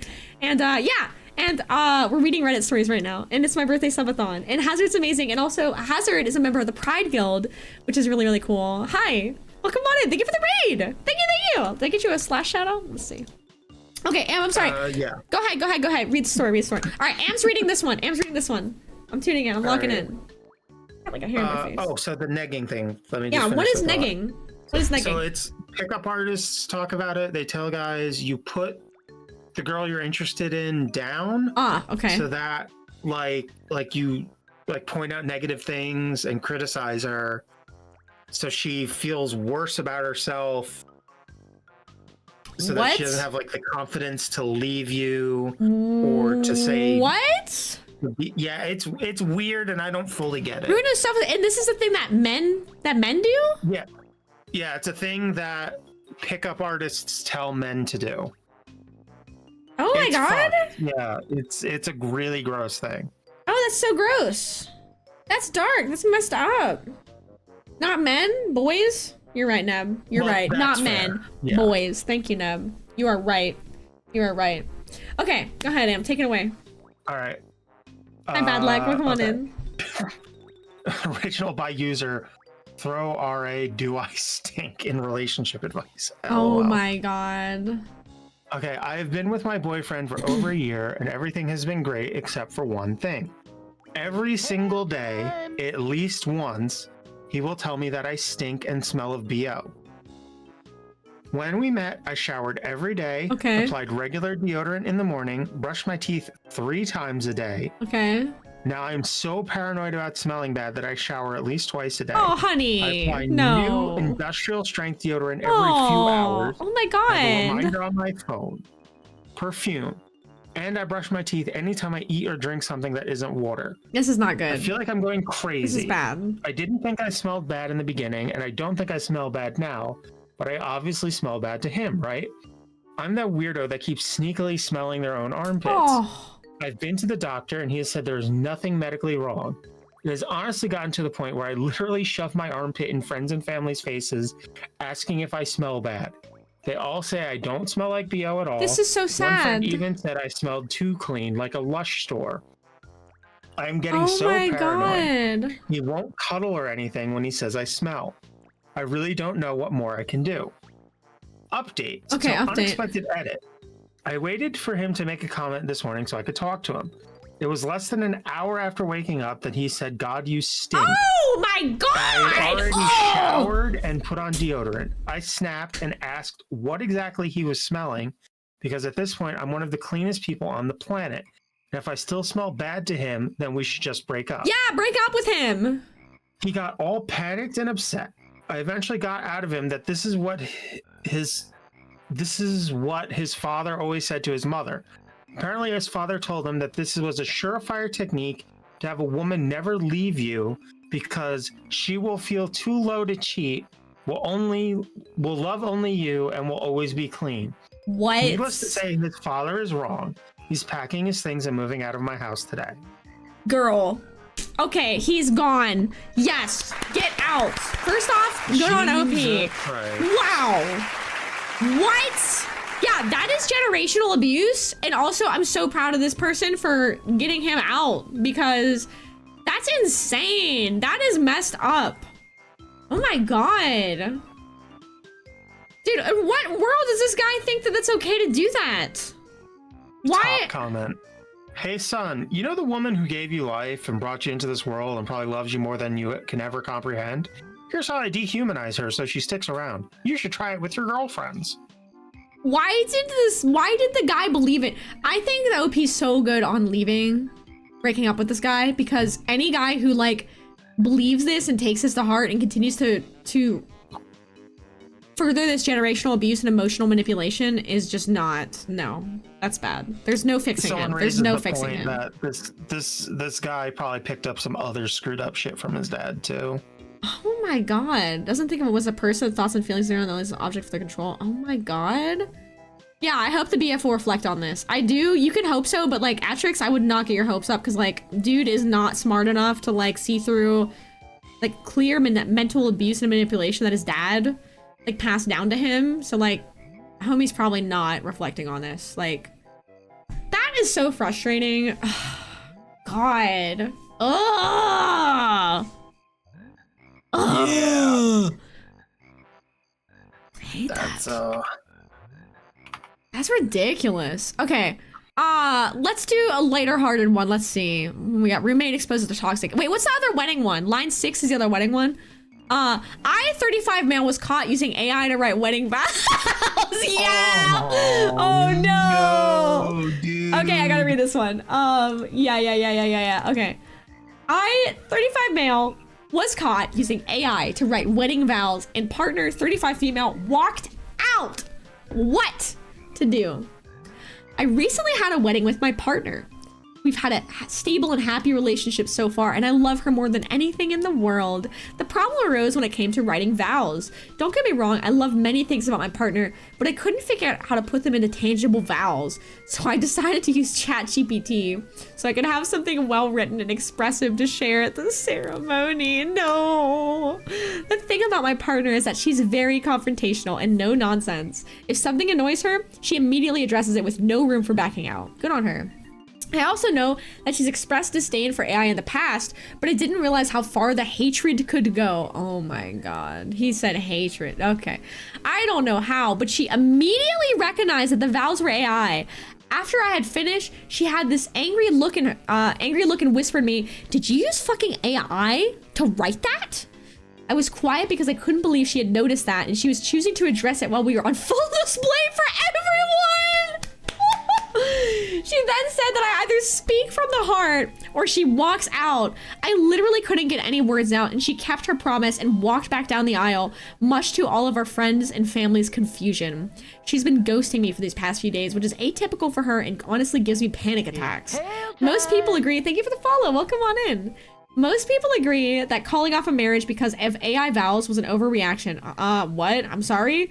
And that maybe it was a sign that a relationship would have issues. But a few female friends have said that they would have done the same. The female friends have said that they would have done the same. I'm hurt and honestly just needed to help make the day more special. Is it worth fixing? Oh my god. Edit. Okay, I screwed up, but I didn't check this post for a while because I wanted more points of view instead of just getting torn to shreds. But I understand why the situation is worse than I thought it was. BBQ, hi! Welcome on in, oh my god! Thank you! Hi, welcome! Hi, Lightning, nice to meet you! Thank you! BBQ, it's so good to see you. How you doing? Welcome on in. Hi, everybody, hello! If you're new here, first off, everyone here, please go check out BBQ. Absolutely amazing. She's so lovely and so wonderful. Also an artist, largely does furry stuff. Really, really super, just absolute sweetheart. So amazing. How are you doing? Hi, everybody, welcome on in. I'm Sky. Nice to meet you. I'm a full-time freelance artist and streamer, and I'm accompanied by Fancy Skunk down there, Ambrosia. Hi. She's our guest, and we are reading Reddit stories today, and it is so funny. We are going off, you guys. We are going off. We are going on wedding rants. It's so good to see you, BBQ. How was your stream? What were you streaming today? Welcome on in. So this was a guy was writing his wedding vows with AI. Darkness, thank you so much for the sub! For 4 months. Thank you! Thank you so much! Thank you, I appreciate that. Yeah, this is so much, Mothman. This is so silly. On the off chance he was actually telling the truth, okay, I get it, but one of the vows to be better than your writing skills, but your partner hates AI, should just be no-brainer not to. Yeah, okay. SpongeBob Battle from Bikini Bottom. Nice. I would say even like just the thought of something that personal, just to go to have anybody else write that for you is very screwed up. Yeah. Like I could see like, hey, I talked to somebody to help me like put my thoughts into better phrasing, but like to have another entity or person or something write it for you totally is beyond. To have AI write it is such an insult. So he said I screwed up, and then he said I've been trying to contact my partner's family again to see if I can talk to her again, but apparently she's been staying out of state with her sister. I'm going to tell her when she gets back what I heard here and that I understand. I'm also going to write new vows without AI and bring her favorite flowers and snacks. Dude, you're gone. You're done, bro. You're done. Stop. Get out. You're done. It's over. I still want her to know that I love her and know her. I'll post an update when I can. There's no update, so I think dude was cooked. There's no update. There's no update. Let's see the vows. The vows are gonna be like ChatGPT, like they're probably like, hey wife, dash. There is an update. Wait, really? Okay, I found the update. What's the update? I honestly wasn't planning to do an update after all because of how humiliating this entire situation has been. I didn't want to give more of a reason for people to rip me apart, but now that my story is posted on a popular YouTube channel, there probably won't be much of an escape route for me. There's no doubt people we know will find it now. So I want to give the short update everyone has been itching to get. Okay. I did what it said previously and told her about the Reddit post and how the replies gave me her perspective and that I was sorry. She ended up getting even more angry with me about posting our business, even though our names weren't mentioned, and that she couldn't believe I needed online strangers to tell me why I was wrong. She's very valid in that. Also, apparently my mom was texting her about paying back all the wasted wedding money, and she used that against me too, which I don't think is fair. I have no control over what my family does. Snacks and flowers didn't do much. She refuses to give me another chance even after offering going to couples counseling. So yeah, the wedding is never happening again. It's over. No, dude, this you're has done. been the most horrendous time in my life. I've thought about giving up altogether. Meanwhile, she's posting about brunch with friends on her social media. Makes me wonder how she could move on that fast while I'm a wreck. People have accused me of not caring about her enough to write my own vows, yet the difference in our reaction to splitting up says the reverse. I feel kind of bad, you're but all happy. Feel free to rub salt in the wound. I'm not coming back to this account. He seems a little salty about it, but like bro couldn't just say like, I love you, will you be with me forever? I will literally write wedding vows right now. Dear 34 female wife, you are the light of my life. The way that you face your problems head on is an inspiration to me every day. Every day I wake up. Every day you I look apply forward. your problems directly to your forehead. Directly to your forehead. Head on. Will you spend the rest of your life with me? I love you forever. Your husband, OP, 35 male. See, I literally just did that right now and I didn't have to use AI. Dude, imagine spending years together only have something this small split them apart. Rumon does have a good point. That does suck. And I feel like in this example and the raccoon example at the wedding, I feel like there's always something where there's other stuff that has gone on that's been tension between these two people. These stories are always the straw that breaks the camel's back, right? It's not the straw that starts it. It's not the first thing, in my opinion, right? I love you, 35 male. I feel like in this case, it might not even necessarily be like, oh, there's other stuff BBQ. going on. It's the sheer magnitude of the fuck up. Yeah, it's the magnitude of it. But also, I do think like, I think this is pretty egregious. However, I do think, and this is coming from someone who hates AI. I hate AI. I'm very anti-AI. In the end, if she really loved him, this could be something that they could have laughed about years later. I'm not saying that it's bad, like not bad, and I'm not trying to like make light of it because he fucked up really bad and it's really stupid what he did. But at the same time, like, she clearly didn't really love him. You know what I mean? Like, if this really broke them, I think Rumon has a good point. You know what I mean? He fucked up really bad, but this could have been something that she could have like teased him about forever until they were like 90, you know? I don't know. I feel like there's other stuff going on. Like, is he trying that hard in the relationship if he's writing the vows as AI? Probably not, no. You know what I mean? Obviously, they're not as close as they think they are. I don't know. That's what I think. I feel like, can I take a second? I feel like this is, oh, yeah. I have to pee, and then I have to go get soup. Can you hang out with stream real quick while I go do that? Okay. Okay. Yeah, I'm gonna be right back, and I'm just gonna chat with y'all about the, I'll continue talking about this. talk about. I'll be right back. Go ahead and say what you're gonna say. Go ahead. Like this is a situation where, as always, honesty would have been the best policy. To realize, hey, you know, I'm not a good writer and I might want outside help, like putting my thoughts into the vows and talking to your fiance about that. Imagine if he had just gone to her and said, hey, you know, I love you. You know I love you. I don't know how to put that onto the page. I don't know how, like, oh my God, hit the line. I don't know how to write words that convey how I actually feel. Like, hit that kind of romantic ass line even. And she would have said, I don't care what it is as long as it comes from the heart. Right? Like, that's what this is. That's literally what this is he refused to just put down honest feelings and wanted something flowery and whatever from ChatGPT instead.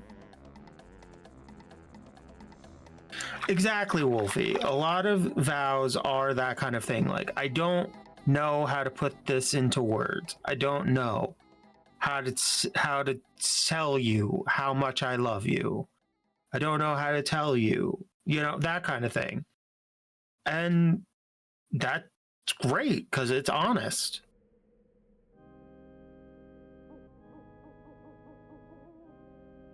Moriker, I think it's because the conversation needed to have happened beforehand. Yo, it's Abby. Hi, Abby. We're reading about people on Reddit who are dumb.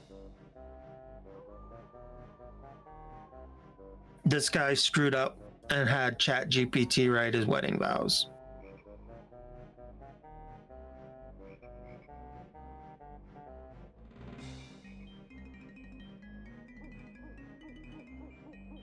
Nice, nice. Witchy Yinglet hour. It would actually be funny to just be like, how do I love you? I asked ChatGPT how much I love you, and ChatGPT didn't know because ChatGPT is stupid. So then I asked Claude, and Claude told me I loved you a lot, and I agreed.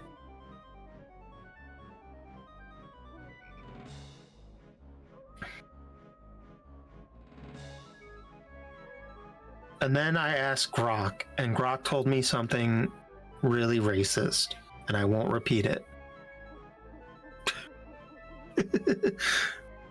Hey Grok, could you write my wedding vows for me? I love you, Elon Musk? What?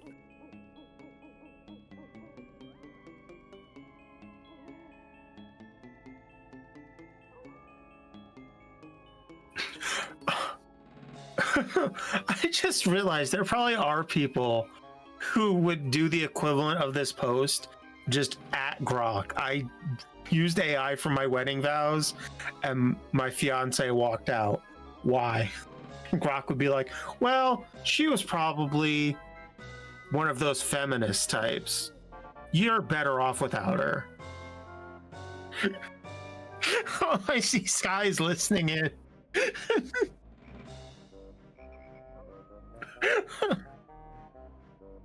Hi, I'm back. Sorry. I'm cracking up because I was getting soup and I was in passing. I'm telling Danny about the story. I was like, we're reading a Reddit story about. They were like, what are you doing in stream? We're like, we're reading a Reddit story about someone who wrote AI vows as their wedding vows and got dumped at the altar. And Danny's reaction was like, good, get fucked. They walked away and they were like, absolutely stupid. Yeah, you guys want some lentil soup? It's nice, it's good. You get some soup. Oh, lentil soup. Love lentil soup. Lentil soup. Put some hot sauce in it, put some nutritional yeast in it, got potatoes in it. I'm basic. I just buy the Progresso lentil. Okay, what was the rest of the rant here about the do we have any final thoughts on this one? I think I don't know if you probably didn't have your headphones on. No. Right? So I had them around my neck. I was just saying, like, this could have been fixed if he was just honest before the wedding. Yeah, if he was just like, I suck at vows. He's like, I don't know how to, I don't know what to write, not because I don't love you and don't care, but because I don't know how to put it into words. Exactly. And then she would have said, you know, just speak from the heart. That's all that anybody cares about. And he would have not used AI. Bulldog 2x Fire is accidentally vegan and it's really good. And I have some in the cabinet and I haven't been able to eat it because it's too spicy for me. Hi, Jet. Hello. I wish the face reveal honestly fits the rat figure. Oh, rat figure. Rat figure. Okay. Let's see. What other ones we got here? Your turtle noises have not refreshed. Do I need to give you guys more turtle noises? I can make a spicy challenge. I could do a Bulldog ×2 spicy stream goal, honestly. Only reason there I think there's room for conversation is because how many people out there don't know how stupid AI is. Yes, that's true. Let me pick one for him to read. Wait, I just noticed that the raccoon to the wedding one was posted to a subreddit called Am I the Devil? Wow. Okay, this is the thing though, is that like Reddit hates animals for some reason, especially, let me correct it that. Reddit hates all non-cat animals for some reason. That is like the general consensus of Reddit. Oh, Reddit hates dogs, Reddit hates raccoons. I see what it was. It was originally posted to Am I the Asshole? Yeah. And then reposted to Am I the Devil by someone else, because Am I the Devil is a place where it's obvious OP is the asshole. Wow. Okay. Jeez. Damn. I am going to read. I've been calling my sister by her full given name when she dead names my niece. Oh, okay. Should I expand it or is that spoilers? You can expand it. Okay. All right, go ahead.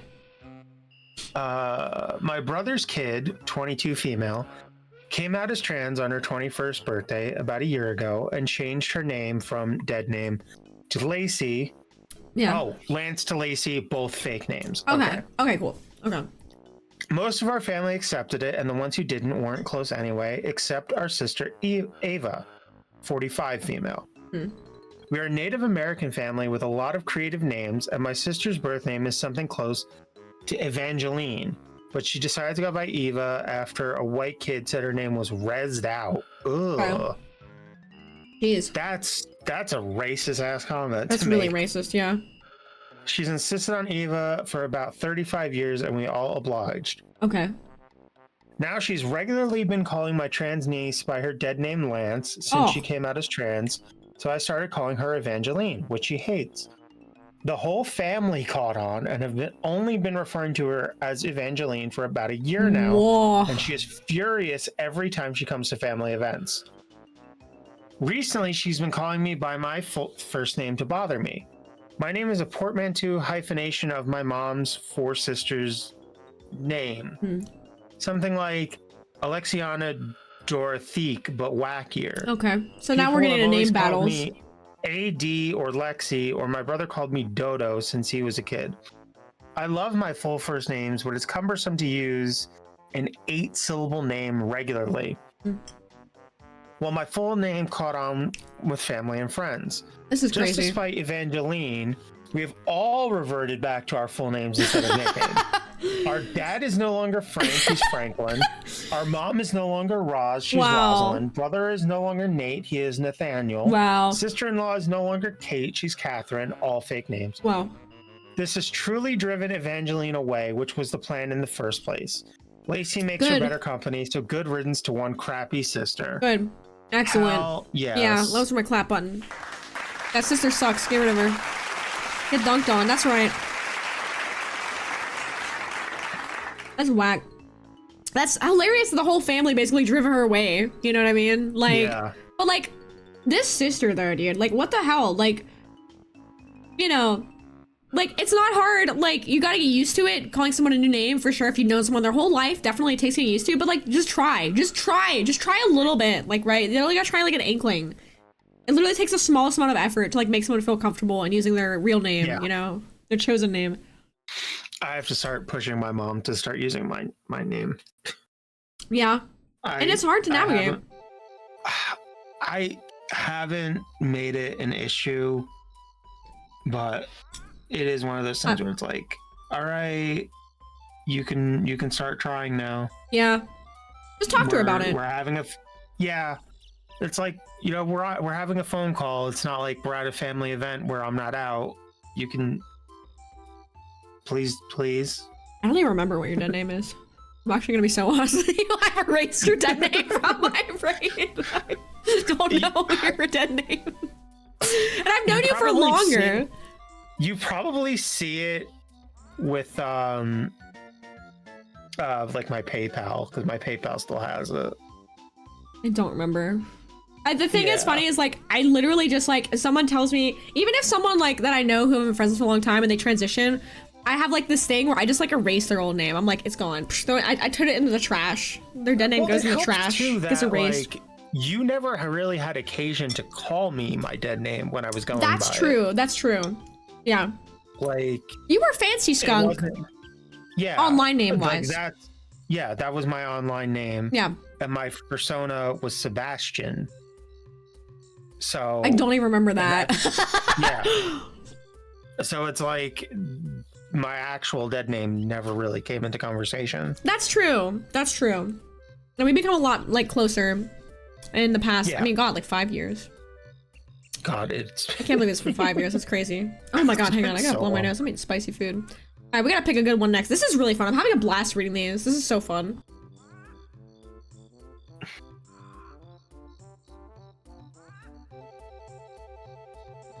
Okay, I've known a lot of my friends, trans friends' dead names, and I can't think of them because of the new name.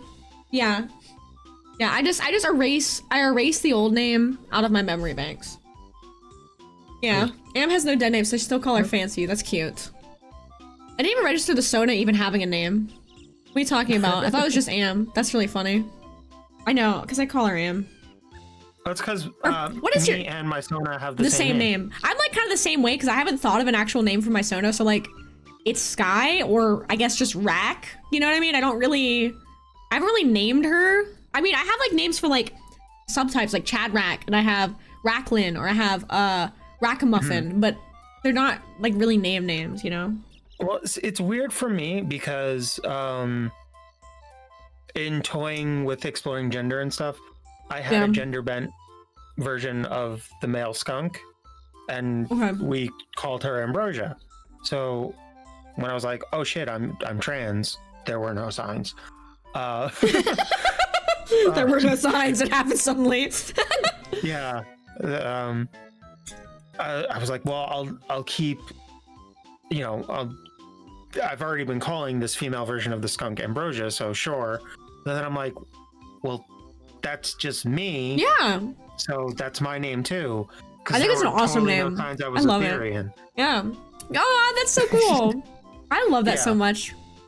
I'm so supportive of your journey. I love your journey of self-discovery and identity. It's so amazing, and you're awesome, and I love you. All right, let's pick a good one there. Yeah. No, go ahead. There's nothing else to say. Lore. I Lore, yes. Ambrosia is a pretty name. I think it's beautiful. It is. It needs to come back. That's what I was saying. Like, it's a 1800s. It was a little popular, but like it just kind of died out for no real reason. Yeah, I think old-timey names should come back. There's so many cool names. Like, I like the name like Florence, or like Flo for short. Florence is a pretty name. Like, I don't know. There's a lot of cool old-timey names. Trans people are so brave. Yes! Yes! I'm tired of being brave. I just want to be safe. I know. I will say the one thing I really like is literally every time I wear like a trans pride shirt. Yeah. Because I have a couple, I always get a compliment. Aww, that's so cute. I love that. This is a kind of conservative area, so it's surprising, but still, every time. That's so cool. I love it. It's awesome. All right, let's see. What do we got here? Who's the dumbest person you've ever met? A barmaid laughed at my drink order. Neighbor took my parking spot after I shoveled. I poured water in his windshield. I know how that's gonna go. The windshield cracked, obviously. Let's see. Sister-in-law thinks I'm going to give her my baby. Sounds insane. 2 hot takes. Should we do this one? Sister-in-law thinks I'm gonna give her my baby. Okay. All right, this one. Let's see. Oh, Bear wants poop knife. This one's short. Then we'll do poop knife. 26 female, gave birth to my baby boy last month. This music to this is so funny. I waited a few weeks before inviting my family over to see him. I invited his sister, brother, and parents. My family, I invited, my some family. Okay, his sister, brother, and parents. Okay, my parents and sister came over. My sister-in-law was fawning and doting on him. When I wanted to feed him, she didn't want to give him to me and was trying to give me pointers and such. I thanked her but told her I had it. She got offended and said, oh, someone who didn't even want kids has it under control. It's true, my husband and I had talked about waiting on kids for 2 years because neither of us were sure we were ready and wanted to wait. Well, we got pregnant. Time out. Does anyone else feel it's weird whenever a couple says we got pregnant? Because I feel like that's weird. It's weird when the guy says it. It's weird. I'm not trying to judge or anything. I know you're trying to be. It is weirder when the guy says it. It's still weird when the pregnant person says it. But it's like, I'm not trying to judge. I know you're trying to be inclusive of your husband or your partner and stuff. But at the same time, like, you too. Actually, you both are not pregnant. You Wolfie are pregnant. Raises a good point. We should be inclusive. You're right. It could be impreg. You're right. And they could both be pregnant. But in this case, it's Sonic weird. Sonic impreg. Yeah, if Lily has puppies, I can't say we had puppies. Oh my god. Yeah. We are having a baby. Yeah. We are having a baby is putting some dough makes in the more oven sense. And just walking around people. I got a bun in the oven. Oh my god. Oh, it's so icky. That one's gross. Oh. Well, we got pregnant and decided to be parents. I say excuse me. And she says, well, I was thinking since I've been trying a little longer than you and we weren't even all that sure, and you weren't even all that sure, maybe I can take him off your hands. Whoa. Oof. I called her crazy and told her to get out. I was shocked and disgusted that she said that, and that my husband talked to her and asked why, this way this person writes is like, give me an aneurysm, and asked why would she think that, and she said it's not fair that she's been trying for 3 years and we didn't even want our son and we got pregnant. He told her to never say that again around our son. His mom said she was just kidding, and I'm like, who jokes about something like that?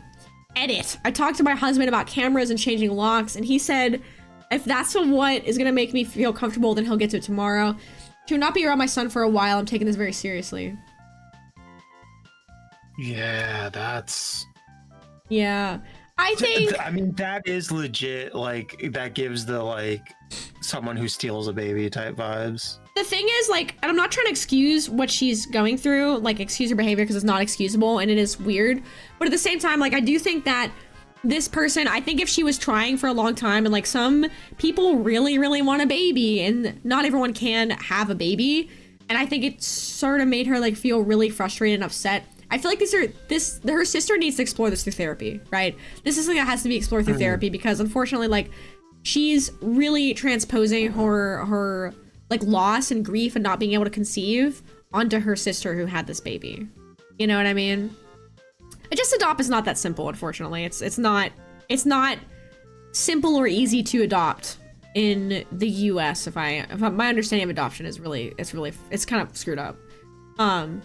So like, yeah, I don't know. Like, I feel like obviously that's really weird, and you know, maybe this person needs to have a conversation with the therapist and maybe with the sister, you know? Yeah, and it's expensive. Yeah, it's simpler and easier than stealing your nephew. Maybe. Possibly. I was gonna adopt with my ex-wife. It's insanely hard to do so. Yeah. Move to Canada, adopt. Yeah, I'm kind of with Abby, unfortunately. Like, the reality of adoption in the US is that it's so impossible to adopt in the US. Yeah. And also, like, it's really weird. Like, do you know that, like, there's a lot of, like, I didn't even realize this when I was kind of, like, going down this weird rabbit hole of, like, looking about, like, the process because I was interested in it for some reason. Not, like, I don't know, just because, like, I was fascinated with it, right? I saw, like, some post about it, and I was just like, this is interesting. Like, what is it like? You know what I mean? And sometimes my brain is like, I want to learn more about something for no reason, and that's what I was like with this. So I looked into it, and apparently there's a lot of controversy with adoption, and a lot of adoptees consider it, like, immoral, and I didn't realize that. But, like, a lot of people are completely anti-adoption in the US. It's, like, a whole thing. Really? Yeah, and I didn't understand that, really, you know? I still maybe don't fully understand it, to be honest with you. Hi, Pasha, welcome back. Yeah, lady says that's for quote-unquote straight couples. If you're LGBTQ, it's even harder. Yeah. Yes, that is true. Yeah. Why are Americans this way? I don't know. What I miss in adoption is immoral. I'm not saying it's immoral. I'm saying a lot of people think that, and there's, like, a huge anti-adoption I've never movement. heard that before, but I'm not entirely surprised. I think it has to do with the for-profit nature of it, and, like, sometimes, like, people who are having a baby are, like, taken advantage of by these, like, adoption agencies that make a lot of money, essentially, off of that infant adoption, kind of. This isn't every adoption, but there's some, like, private companies that do this. You know what I mean? Yeah, I don't know. It's totally crazy. I was in the system, and I was lucky that my family was able to adopt me from my mother. That's so cool. That's awesome. I don't know. Like, yeah. The anti-adoption crowd is also an Venn diagram center space with antinatalism. What is antinatalism? Is like anti-baby having? Is that right? I think so, yeah. So it's kind of an extreme. This was on Reddit, so maybe, like, my, like, weird Reddit rabbit hole of it is just a weird sliver of it. Maybe it's not as big of a thing. Yeah, Reddit perspectives. Reddit perspectives are bad because everyone's so negative on Reddit. You know what I mean? I literally had an experience recently. Someone posted to a trans subreddit asking a question about HRT vials. Yeah. And they said, you know, my pharmacist said discard the vial after 30 days. But I've never heard that from my doctor. and I'm not sure what it's about. Could anybody explain? And I said, oh, it's something called the 30-day rule with vials. It's not a hard standard or anything, but by the time a vial has been open for 30 days, it's accumulated so much of a bacteria risk that you're better off just starting a new one instead of continuing to use it. And I had people telling me I'm wrong, this isn't a thing, yelling at me. Oh my God. Telling me I'm wasting estrogen. On Reddit? And I'm like, yeah. People are crazy, dude, on Reddit. No way. I never said don't continue using a vial. I've continued using a vial after 30 days before, and we'll probably do that again at various points. Yeah. But like, it's a simple fact. That's why OP asked, why did they tell me this? And I said, here's why they told you that. Reddit is like, so negative. Reddit is so negative. It's as people go on there and they're really mad, you know? And I got accused of lying, and I'm like, they literally printed on my prescriptions, discard vial after 30 days. Yeah. Like, it's not like I made this up out of thin air. Yeah. No, that's crazy. Like, yeah. I mean, the reality is too, like, if you use it after that, it's going to be less effective, and that affects your body and your well-being, you know? It's not an effectiveness thing. Like, it's not a expiration date. It's just because it's a sterile vial that you've pierced. Yeah. There's some degree of risk of contamination. That makes sense. But, you know, not everything can be ideal. This McKenna made it easier to adopt children over 6 as well and spend adopt children overseas. Yeah. Yeah, I don't know. I've always thought to myself, like, I don't know. And the antinatalism stuff is pretty extreme. Yeah. What, lady you were saying, like, as people that, like, I didn't consent to be born, so no one should ever be born ever, or, like, have kids ever, is, like, a really extreme, like, mentality. Like, I can't wrap my head around it. Like, that's, like, I am pretty, like, I'm happy being, like, not having children, you know what I mean? I have my animals and I'm happy with it, but that doesn't mean that I'm like no one should ever have kids ever, you know what I mean? Because, like, everyone makes a decision for themselves. Like, do I understand it? Sometimes I do, sometimes I don't, like, why people have kids, but, like, it's a very personal decision that everyone makes themselves. You can't just, like, be like, no one should ever have kids ever, you know? That's like, nothing should exist, you know? Do you ever have to refrigerate hormones? You do not. I don't know about testosterone, but you do not have to refrigerate estradiol valerate, at least. Really? Which is the one I use. Oh. I don't know about other, because there are a few different, like, compounds, I guess. I don't know about the others. I just know about the one that I have experience with. And that's very fair, dog. Exactly. Like, if you don't want to have a biological kid because you don't want to risk passing down something that you know exists, like, that's super fair. Like, there are kids who need homes, you know what I mean? Like, to me, that makes sense. I don't know. To me, that makes sense. Yeah. That's so weird, though, Anne, because you don't have to, I guess it might just depend on what it is. I mean, yeah, I don't know. I was originally surprised by it as well, but, like, it does not say anywhere on it. Refrigerate. Because you have to refrigerate certain types of birth control, like the NuvaRing goes in the fridge. But yeah, I don't know. Yeah, adoption is key. That's cool, Cheeto. Yeah, I don't know. I feel like if I did have a kid, I'd rather adopt if it was possible, but it seems like an impossible thing to do. To be honest with you. I would rather do that than have a bio kid. I would not want to go through that. It's crazy. Antinatalism is you cannot suffer if you were never born. That's an extremely, like, nihilistic and, like, so... That's, like... You think getting a house was hard? I know, right? Look, I'm happy with Gumbo and Chancellor and the cats, alright? Let me just say that. I'm happy with them. They make me happy. They fulfill my motherly needs to care for something, you know? Oh, I looked it up.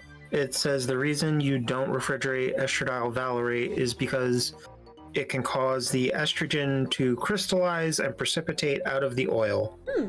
Oh. You make me happy, Sky. You make me happy, Abby. Oh, you make me happy. Yeah. All right, we need to pick a next one. Am, do you want to do the honor of reading Poop Knife? Have you read Poop Knife before? I have not read Poop Knife. And why don't you read Poop Knife? Because I've read Poop Knife and it's a classic. Oh boy. Let's see. Or we're gonna do ads. Okay. Should we wait for ads or? The first sentence of this. Yeah, I guess we should do ads first. Yeah, Poop Knife. Do you want to do ads first? Okay. Poop Knife. Let's do ad break, you guys. Let's do an ad break real quick, because that's good. We'll do that. Should it be called Sky or Rack?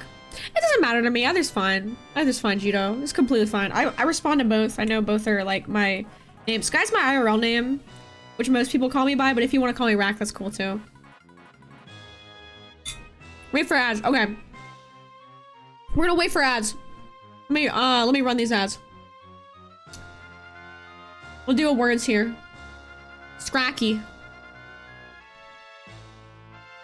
I need like a different playlist. There we go. What's a good playlist for this? Banjo Kazooie. View a Pinata, I'll put that on next. I'm actually gonna take a second to BRB real quick. I'm gonna get some water. Some water? A little bit of water. You said that was such a New Jersey accent. You're such a Jersey girl. I am. Every now and then, it comes out from other family members. Like my grandfather was in North Jersey, like grew up in North Jersey. So he'll talk about like, oh yeah, you know, down on 33rd Street. I'm like, holy shit. It's really funny because sometimes Danny will also say water, and I'm like, ah, and I like point. I'm like, ah. Okay, I'll be right back. Yep.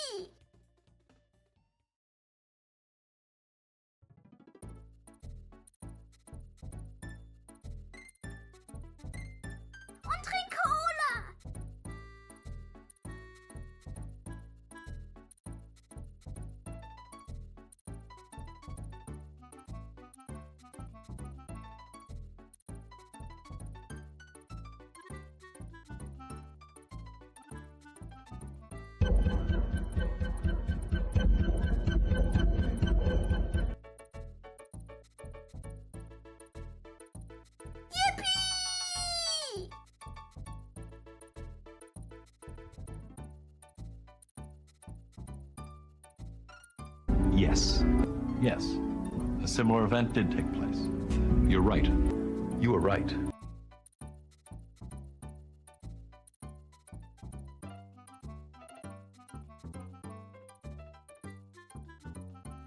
You gotta be on your act.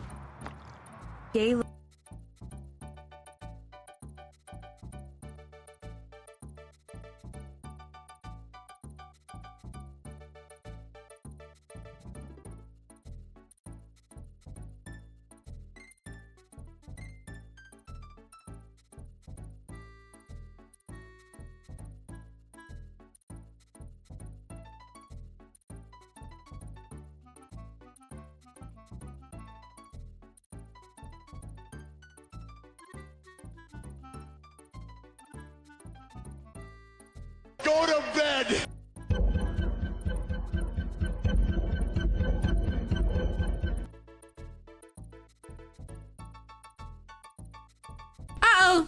The alert's broke. Oh. Hey! Oh. Ow! Let me fix it. Lizard.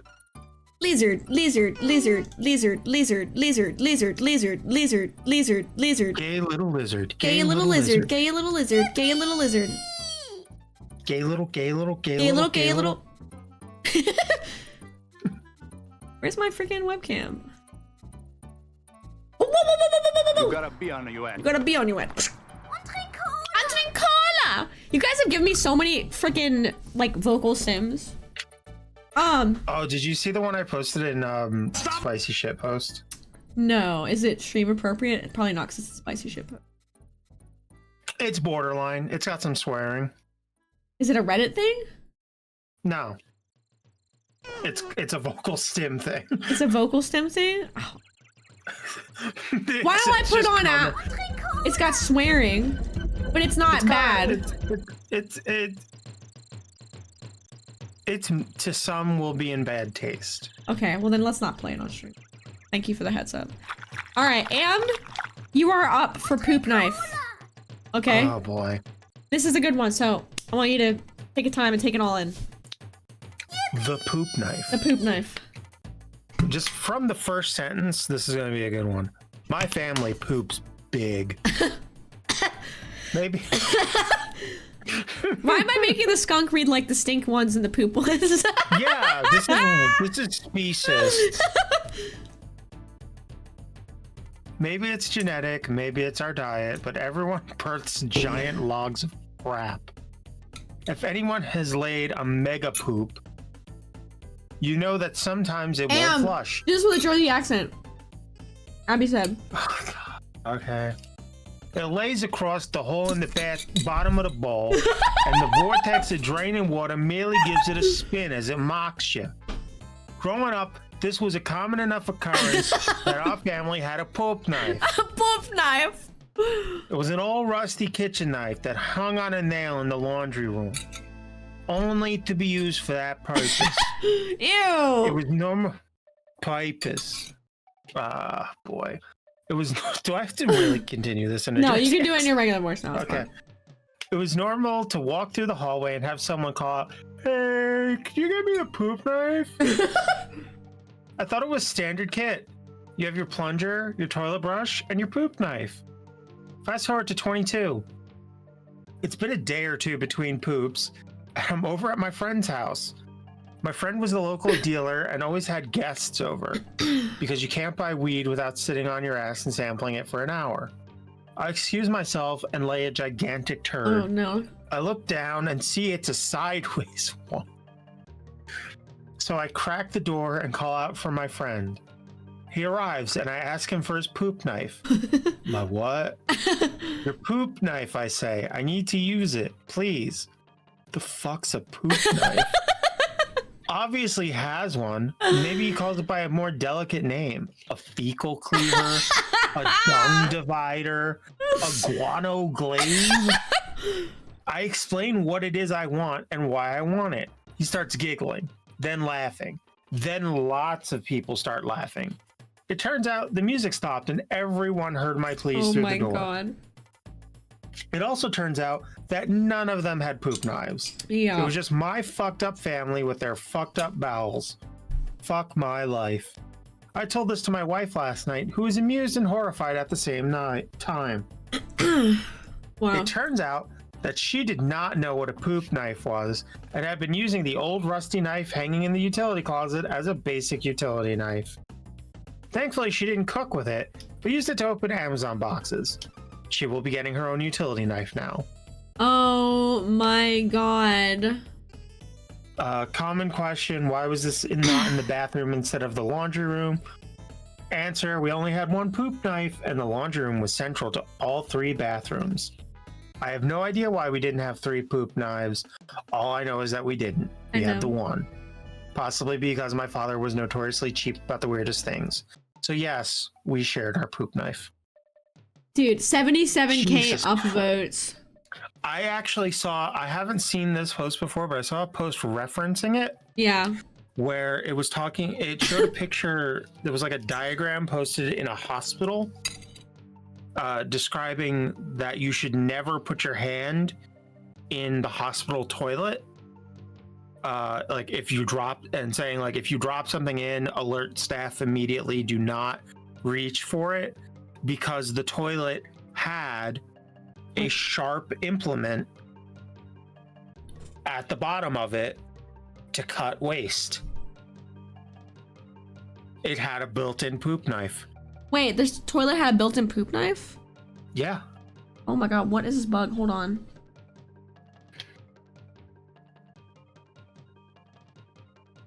That's not an assassin beetle.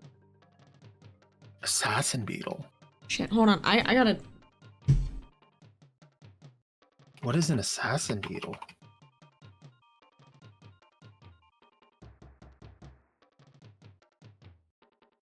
Ta-da.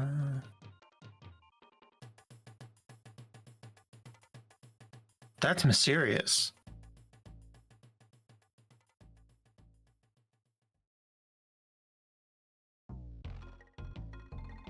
Oh no, the snail hired a beetle.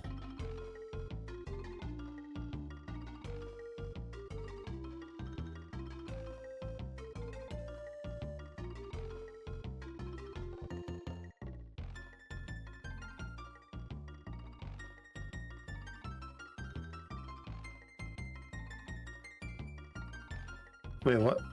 What was Neb?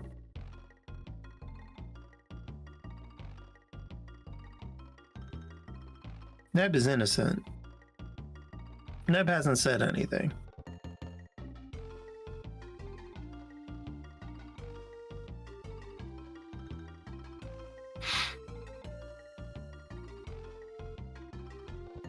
Hi, Xenosupial. Sky had to step away for a moment.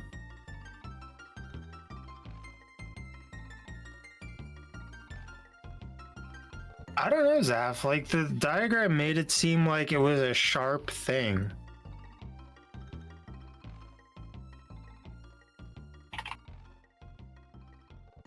Here, let me find it.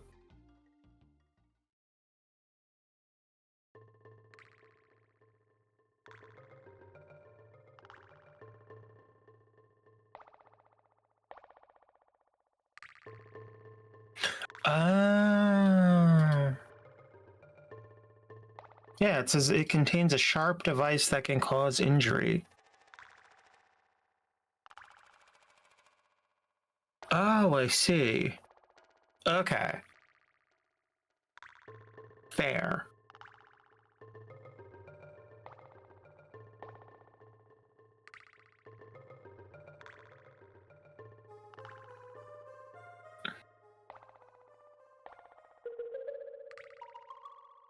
Toilet garbage disposal.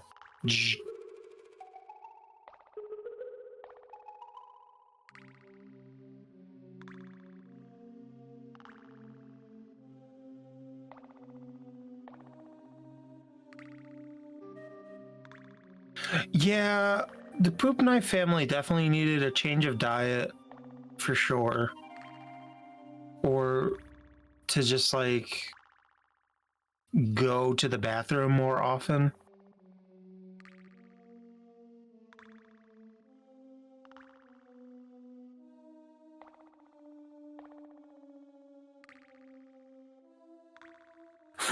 Explain the concept of a poop knife. Discuss the poop knife meme. Share funny poop knife stories. Okay.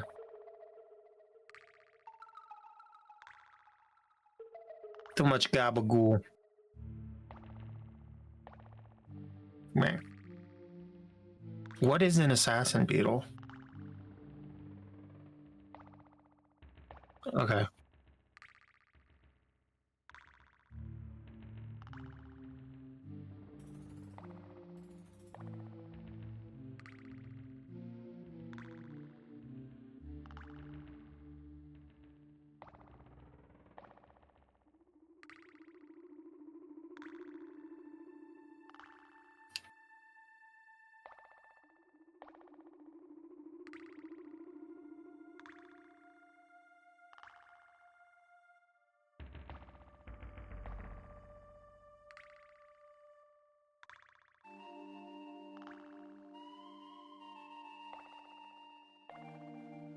Headphones.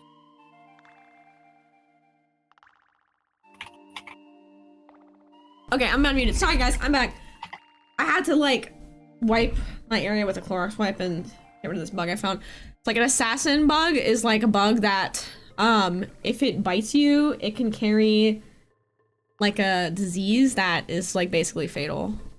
Yeah, like they don't all have them, but like, so it's really weird because where I live, we have a bunch of these bugs that look just like them, and it's really hard for me to tell the difference. They have the stripes on the side, and like every time I see one, I went like a little bit like, ooh. They carry this disease called like Chagas disease or something. So I always like, I'm a little paranoid. If I see one, I always want to like wipe the surface down that the bug was on. You know, just in case. I don't think they're super common up here though. Arbor bugs. Yeah, Chungus disease, yeah. Chungus. Chungus. Big Chungus! Big!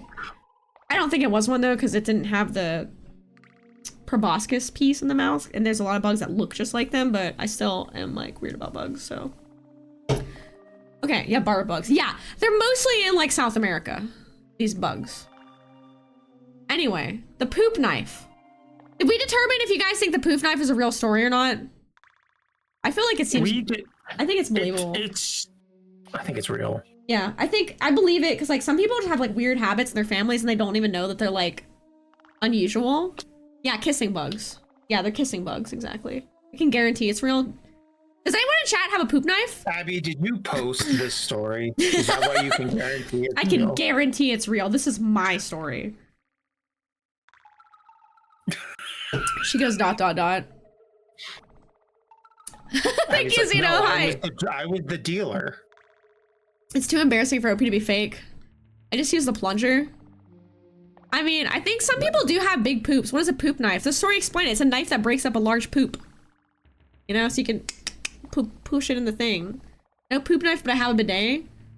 It's one of those family habit things, and no, I don't have a poop knife. We had a poop knife in the military. I have heard of that. I have heard of military folks having a poop knife in like barracks and stuff. Yeah. There's someone that used a coat hanger. Oh. The idea of like keeping the object up in the room, like how do you clean it? In the barracks, you need them, trust me. I feel like the answer is obvious. You don't clean it? Don't clean it. Oh, that's so gross, dude. What It the is. heck? Oh my god. Communal poop sponge stick. Yeah, there were communal sponge sticks in the Roman days. But it wasn't to jam the poop down, it was to wipe your butt. So they had communal poop wipe sponges, and they would just pass the poop stick around and they would wipe their butt with the communal poop sponge, you know? You clean it, you wipe with toilet paper. Ew.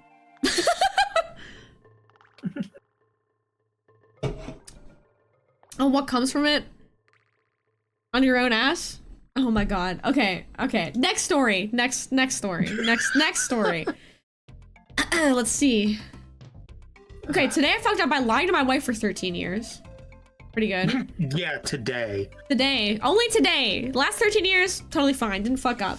Today, fucked up. Made a mistake. Tools of the Roman Empire were weird. Am I the asshole for sending pink envelopes? Is like got me curious on it, you know? Like, what pink envelopes? My son and his friend are a couple. How do I let them know it's okay? My roommate exposed us to toxic gas. Am I the asshole for mocking my nephew and ganging up on him for asking whether me or my husband was quote-unquote the woman? What? Am I the asshole for being late when I was previously someone who is chronically late? 2 updates. I like, am I the asshole for telling my brother he cannot stay with me over Christmas if he brings his prosthetic leg? Wait, what? Wait. Row 8. Row 8? Okay, this looks like a good one. Brings his prosthetic leg? Okay, am I the asshole for telling my brother he cannot stay with me over Christmas if he brings his prosthetic leg? What? My younger brother has a prosthetic leg. I think it's creepy AF, and I have no idea where he got it. Wait. Oh, he has 2 perfectly okay. I'm reasonably certain that it's something I would rather not know. To be clear, my brother has 2 perfectly healthy legs still attached to his body. He just has this thing where he takes them He takes it with him everywhere. I don't know why, and I don't want to know. Before you ask, yeah, it's probably a mental health thing. He wanted to stay with me rather than our parents while he is home for the holidays. I said he is welcome to stay, so as long as he doesn't bring that thing into my house. He said it wasn't a big deal and that he would leave it in his luggage.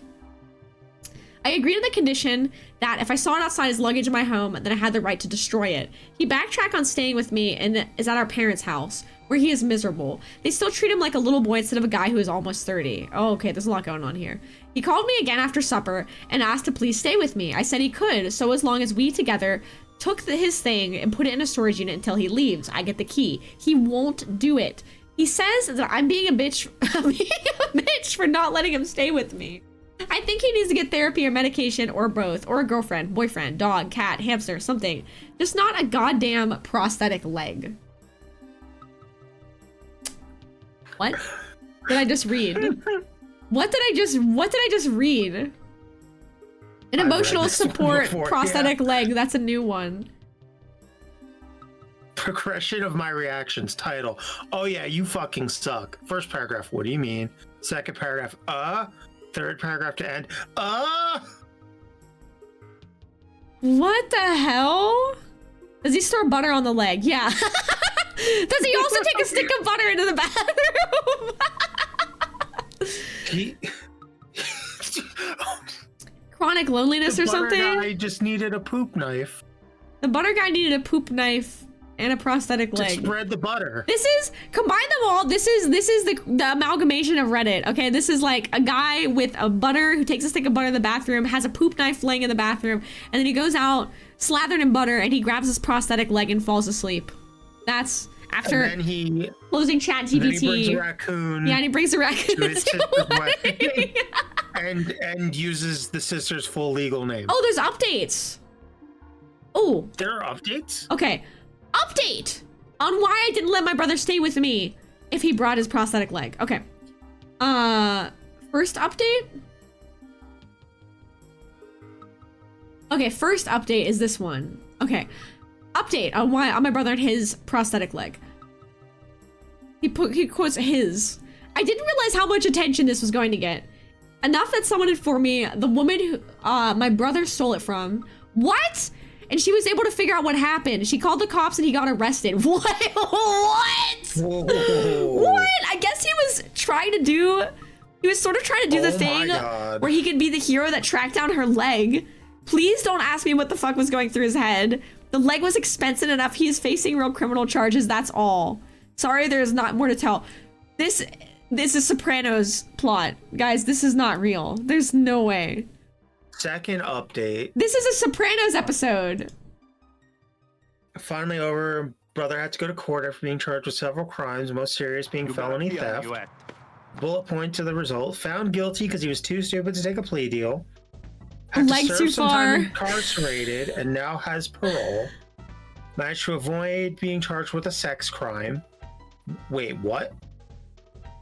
Parents paid to have the leg reconditioned or whatever it's called. A professional prosthetics devices mechanic got it back in working condition.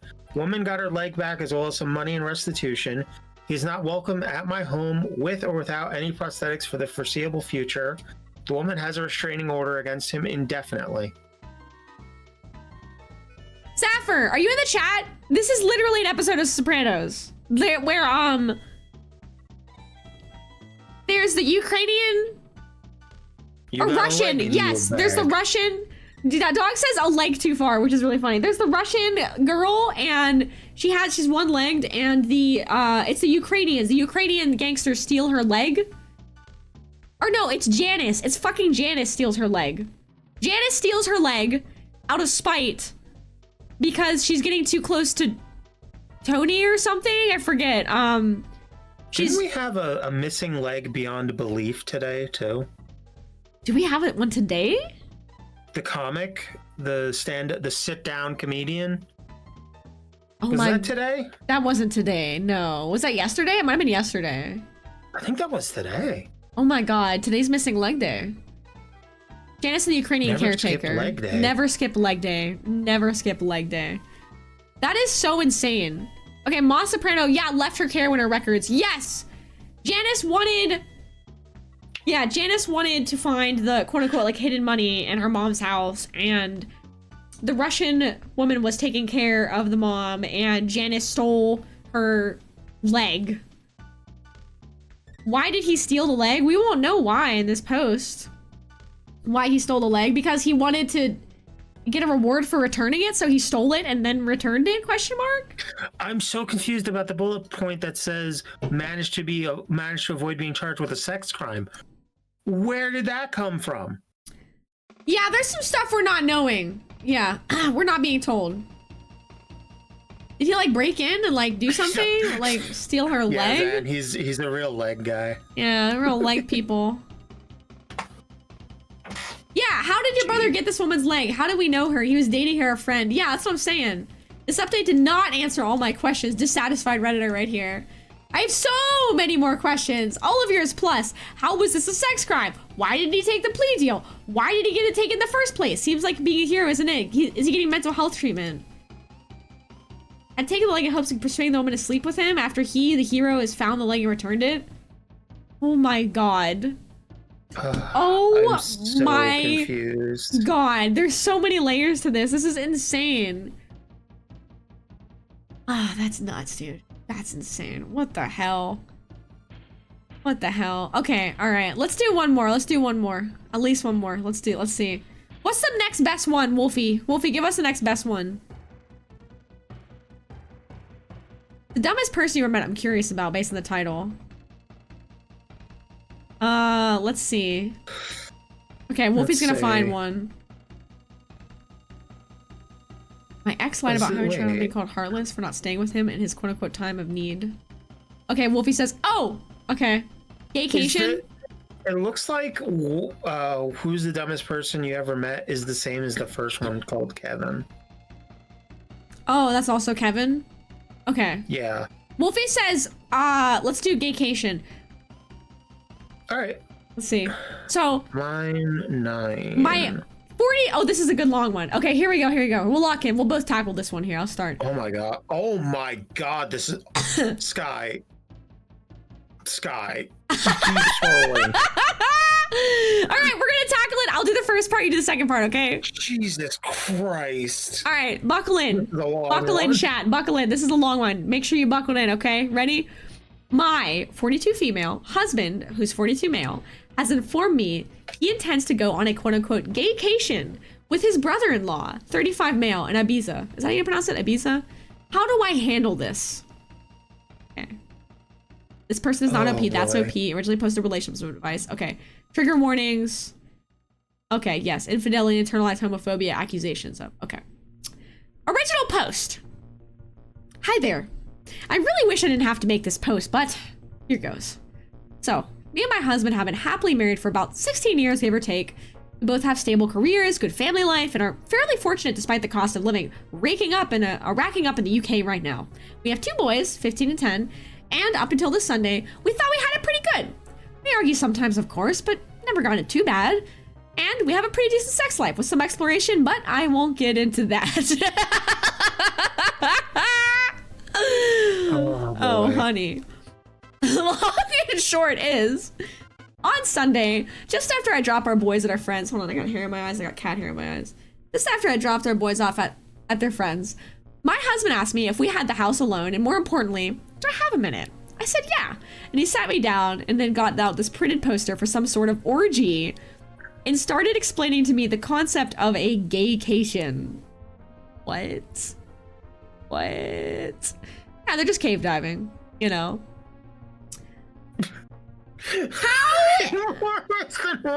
How it's where straight men go to somewhere with quote-unquote sun, sand, and booze and become gay for the duration of the trip, but that's fine because it totally doesn't actually count, because what happens on the gaycation stays on the gaycation. Oh my god, I was just completely silent and mortified, even more so when he said he was looking into booking a trip to Ibiza next year with his brother-in-law, his sister's husband, to experience it for himself. Oh my god. Gays and happy, of course. They're just gonna go on a vacation and be really happy. They're just gonna become really, really happy for the stay of the vacation. When he finally let me speak, I just said, I need him to be clear with me. Is he gay? Because if yes, that's okay. We need to figure out what happens going forward. And you know what? That's fair. I didn't let myself get angry or upset. I was just stunned. He swore up and down he's not gay and he's 100% attracted to women. And of course, he still loves me and our boys. So I said, well, do you think you're bi? Maybe? And he got very defensive, saying how I need to drop the accusations. And this is the beauty of the gaycation. It allows straight men to experience gayness without actually being gay. And how it's like going to an aquarium? There's no shot this is real so far. No way. No way. I don't know. It's really long. I think it might be real, Am. And again, you know what? Sometimes works of fiction are really long. That's a good point. Maybe. I don't know. And again, he was adamant. He doesn't find men's bodies or genitalia exciting at all. But he needs this experience, apparently. Oh my God. I said, well, I'm not really comfortable because even if he was bi, this would be explicitly cheating on me. And he got angry and reiterated it's not because that's the beauty of gaycation, etc. And I just had enough and left the room. He needs it, guys. He needs it. He needs it. He craves it. He needs it. It's the beauty of vacation. It's not cheating. It's vacation. I ignored him for the rest of the day. But we spoke at tea, where again I asked him, why does he want to do this so bad if he's not gay?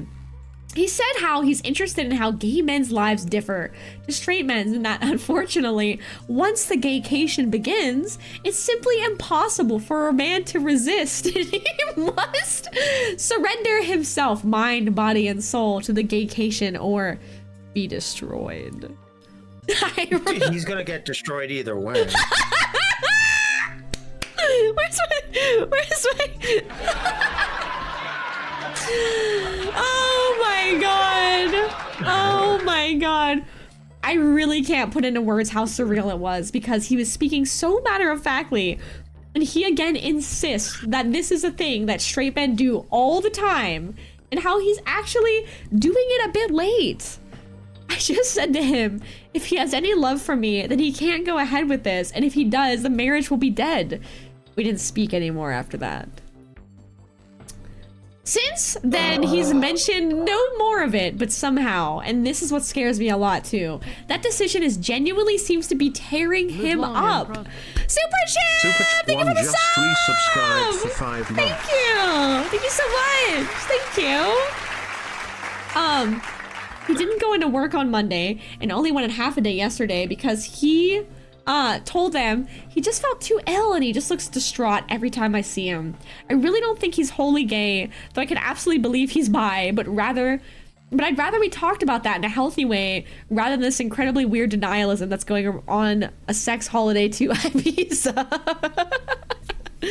She should counter by telling him she'll have men over for an orgy while he's gone. But when he says it's cheating, just say, no, that's the beauty of a staycation. Yeah, you're right. That's really funny. Just be like, yeah, I'll go on my own staycation and it's not cheating. Has anyone known straight guys that do this and come back and just go back to being straight? Like, surely that can't be a thing that happens. I'm so out of my depth here. I just don't know how to even initiate the conversation. For the record, I also haven't mentioned this to his sister yet. I don't know how I'd even break it to her. Thanks for any help. I don't even want to think so. Being able to get this out there has helped even just a little bit. Okay, I'll read up until the update and then you can take over the update because this is so long. Okay. Yeah. Okay, edit. Wow, this blew up. This has been incredibly sobering. And I think I've now confirmed what I already knew to be the case. The marriage is dead, one way or the other. And in a way, I was in denial myself about that. I have contacted my sister, I can't fucking speak. Contacted my sister-in-law, and she initially screamed at me, calling me a liar, and even insinuated I was trying to steal her husband. She rang me back shortly after, apologized, and admitted she was in deep, deep shock. I have asked my parents to look after the boys. We're going to meet tomorrow and discuss this deeper. I also have texted my husband and told him he will need to make alternative accommodation arrangements, but he will not be sleeping here tonight and a bag will be waiting for him. I'm not sure if the mods want to lock the post or not, but I think I've got my answers. Thank you all for the kind words, especially the champion Flight, who gave me the good close dose of reality I really needed. P.S. I see a lot of people asking about the aquarium, and at risk of doxing myself, there's a pretty famous aquarium in the UK called Deep. At the very end, you walk through a tunnel that goes underneath the main fish tank, so it's quite immersive, I suppose. My husband had explained the aquarium thing, and then it's a bit like that. You go there and you observe the fishes, and you even get a bit up close, but you never actually enter the water or get emotionally invested or become a fish gay. So it doesn't really count. It was a very bizarre analogy, and I pointed out that it still makes no sense. And you just got a bit more in a huff about how I just don't get it, and frankly, I still don't. What? The gaycation, guys. The gaycation. Like, she's on the right sides, but also maybe Reddit isn't the place for it. I mean, I guess she needed to, like, talk to someone about it, though, is the thing. Like, I don't know. This is... You know? Like, I don't know. Like, maybe she just really needed... She didn't have friends to talk to about it, and she was afraid to talk to her friends about it. I think sometimes people go to Reddit because, like, they don't want to talk to their IRL friend group about stuff, you know? It's, like, personal, and, they feel uncomfortable doing that, so they go to Reddit, you know? Hi, Billy Bob, welcome on in. She wanted to hear from all the gaycationers out there, yeah. Oi, I'm not gonna become a fish, isn't it? I just want to have a chicken gander and a beezer. Oi, it's not like I'm gonna be gay or anything, honey. I'm just going on a little beezer. I'm just gonna have a gander.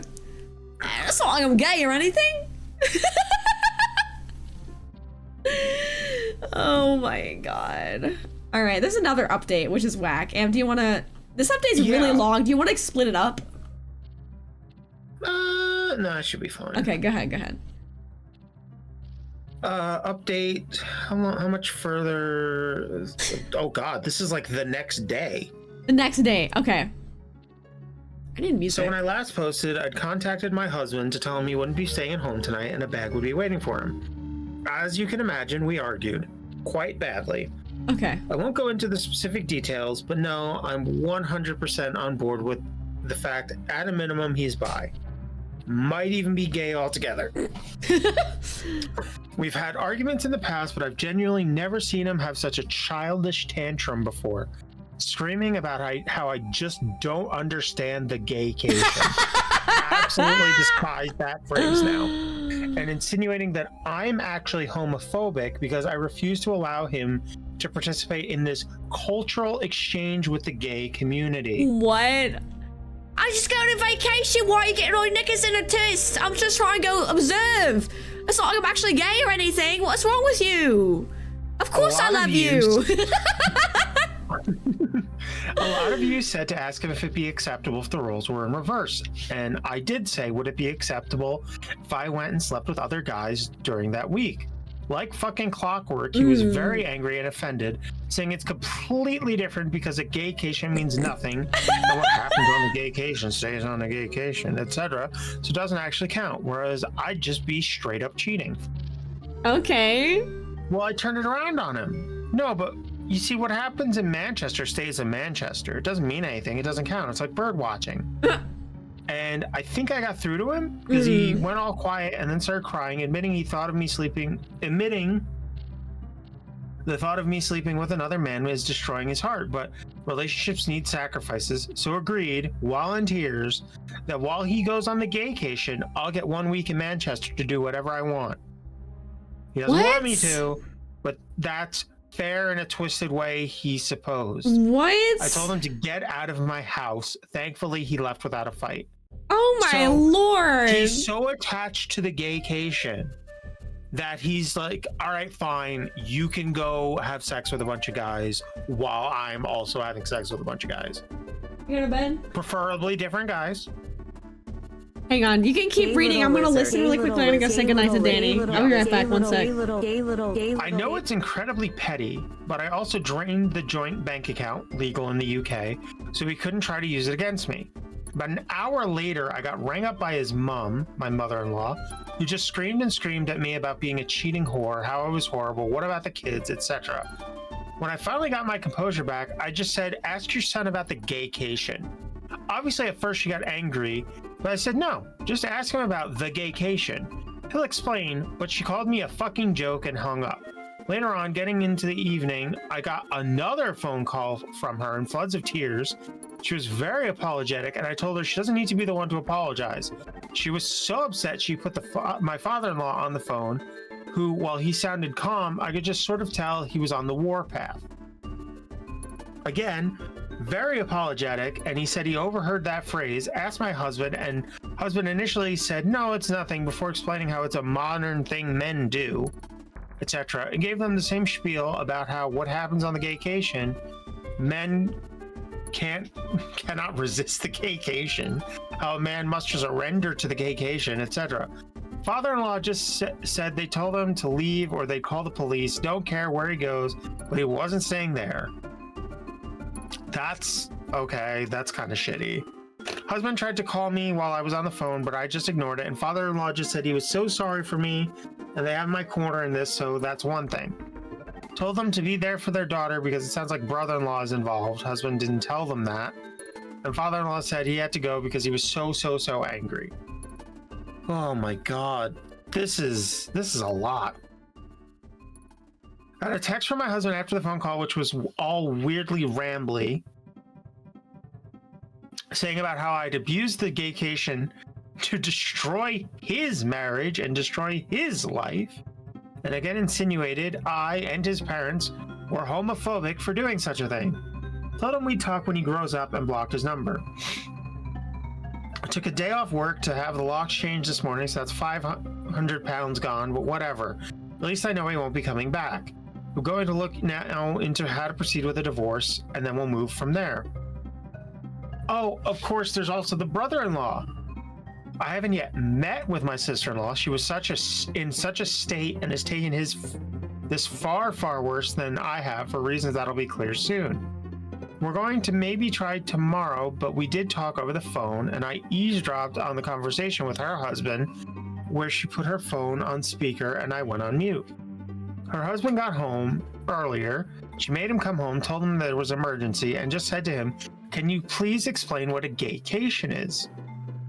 She told me afterwards she was praying he'd look confused or just be like, what? Or anything like that. Oh boy. But instead, he just sat her down and explained that a gaycation is a new thing where straight men go to gay hotspots and participate in gay sex acts, but it doesn't count because there's no investment. And because what happens on the gaycation stays on the gaycation. He said it's like writing down angry thoughts and putting them in a drawer. You never have to see them again. Jesus Christ. This whole time, sister-in-law is in tears as he just calmly bats off the same points my husband did about how it doesn't count, and even did the whole it's impossible to resist, you must surrender or be destroyed shit. I seriously think they must be speaking to a dominatrix or something. Are there even male doms? Yes. Because surely neither of them are that into this to actually make up that on their own. But I really don't want to go into what was discussed for her sake, but it did become very apparent that the brother-in-law is into sissy hypno porn, and at times conflated that with the concept of a gaycation. This is just CPAC? Oh my god. There was this utterly surreal moment where sister-in-law was just trying to wrap her head around this while also in floods of tears, and he explains so genuinely, so matter-of-factly, that for most men, the gaycation is either a one-time or annual thing, but some men go on to the gaycation for years, and others simply never return because they use hypnosis and mind control to be totally feminized into a state of permanent pseudo-gayness. She said in disbelief, surely if you're taking it up the arse willingly because you want to, that makes you gay. And he said, no, because that's the beauty of the gaycation. You do all this gay stuff, but you don't interact with the wider gay life experience. She asked him if the sissy stuff is what he wanted, and he said not on a long-term basis. I was adamant this is something all straight men do, but she wouldn't get it because she's a woman. Then there were more insinuations of homophobia. Well, that marriage is dead too, I suppose. The whole ordeal ended when she said to him that he has a choice to make, and he said no, he doesn't need to make this choice, because the beauty of the gaycation is that it allows him to keep his marriage because it doesn't count. She said that's not the choice. The choice is whether he's leaving the house that night or she is. Only good thing he did was leave. Jesus. Me and sister-in-law spoke about it after that, and I'm just still utterly stunned. I understand she's gone to her parents for the support.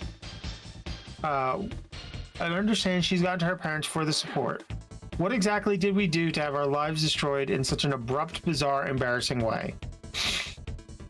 Per some advice, I'm going to look at devices and bank statements, see if I can find any definitive proof of cheating. After that, I suppose, figure out how to tell the boys why their father won't be coming home. Edit. Spoke to other sister-in-law, my husband's family's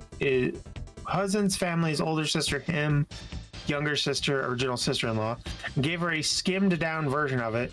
She asked her husband, and thankfully he was deeply confused, but then mentioned about 2 years ago at a birthday party, he was approached by my husband and brother-in-law about signing up to some online boot camp around BDSM cross-dressing.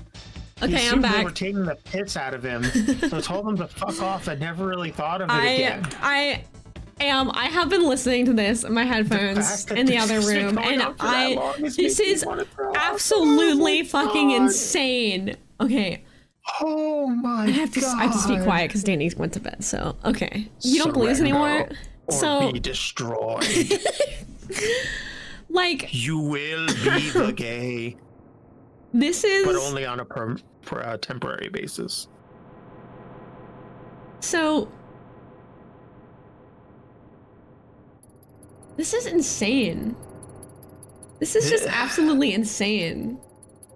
Wait, so what point are you at? You're at down here. Yeah, I'm down to like the last edit. Comments. The top comments. Yeah. Okay. Yeah. Like, that's just my god. This is insane. Gaycation, all he ever wanted. Gaycation, all he ever wanted. Gaycation, get away. Wish it would never end. Spooky mind music when this is so funny. It'd be so easy to make that even more inappropriate. It would be, right? It would be. Yeah. The words line up so well. There was something that you said in the other room that made me like crack up. I was feeding Pancake her meds. Surrender or be destroyed is so funny. Where did you read? I literally like snorted. I snorkeled. Snortled. Let's see. Snortled. You did gayness.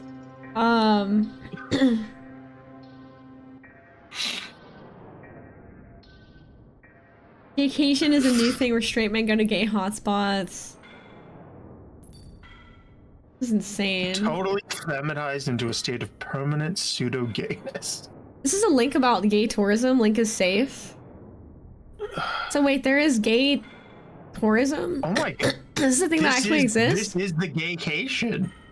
This is the place. So this is the gaycation? I guess. Gay tourism of Ibiza.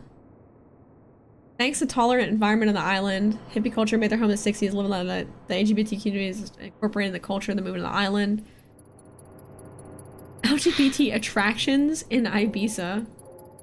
I mean, I tend to go on a gaycation once a year, but that's just a furry convention. If you're already gay, is every vacation a gaycation? Is it just gaycation? It's clubs, hotels. It's an advertisement. So, what in the hell with the mind music, dude? This is... This is So there's actually a gay that was a lot. tourist thing. That was a lot. The legendary meetings of beautiful people, full of creativity and debauchery, with impressive shows. And what the fuck is this? Sorry, I can't be loud. I gotta be quiet. Turn the music down so I don't have to It's speak only over a it. gaycation if you go to the Ibiza region. Otherwise, it's just sparkling gay sex. So, he called the police? This is crazy. What? This is absolutely bonkers. This is absolutely bonkers. Yeah. You can book a gaycation through their website. So in the end, she ended up leaving her husband, right? Broke up 2 marriages, it said. Broke up 2 marriages. Yeah, because he was going to go with his brother-in-law, so it broke up that marriage. Oh, maybe as well. maybe him and the brother-in-law ended up getting together, and you know. I get that is the mystery. Were he and the brother-in-law linked, or were they just similarly repressed? Look at the AI-related answers. Best tips for handling a partner's gaycation.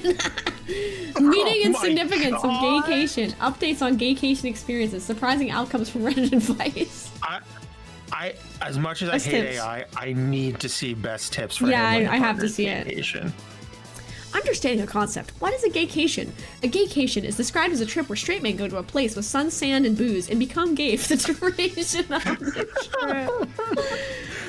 Oh my god. Oh my god. Oh, Disgust. it's just AI it's just explaining summarizing the post we it, just summarizing read, it. yeah. Seeking support, humor and coping. Oh, ask gay bros. Oh my god. I just realized something about Not Gay Vagina Man. He called it a badly optimized interface, or boy for short. Oh my god, he did. You know, I think badly optimized Vagina Man and Gaycation Boys could probably have a lot in common. Yeah, they should get together in the end. I think that would be really good. Just make sure one of them brings a poop knife. Yeah. Bring a poop knife with you. And lots of butter. Lots of butter. You need a lot of butter. Moral of the story. Bring extra butter. Moral of the story, the lady whose boyfriend was doing something with butter didn't know how good she had it. Oh, yeah, that is the moral of the story. Compared to some of these, she had it pretty good. Compared to Butterbutt Guy. Yeah, she had it pretty easy. Oh, it's always the wife posting. It's never the husband posting about his demented wife. Why is it always the wife posting about her messed up husband? You know why. Can't say it. What do you guys think? Should we do... Some people are not okay. Some people are not okay. Some people are not okay. You can't say who.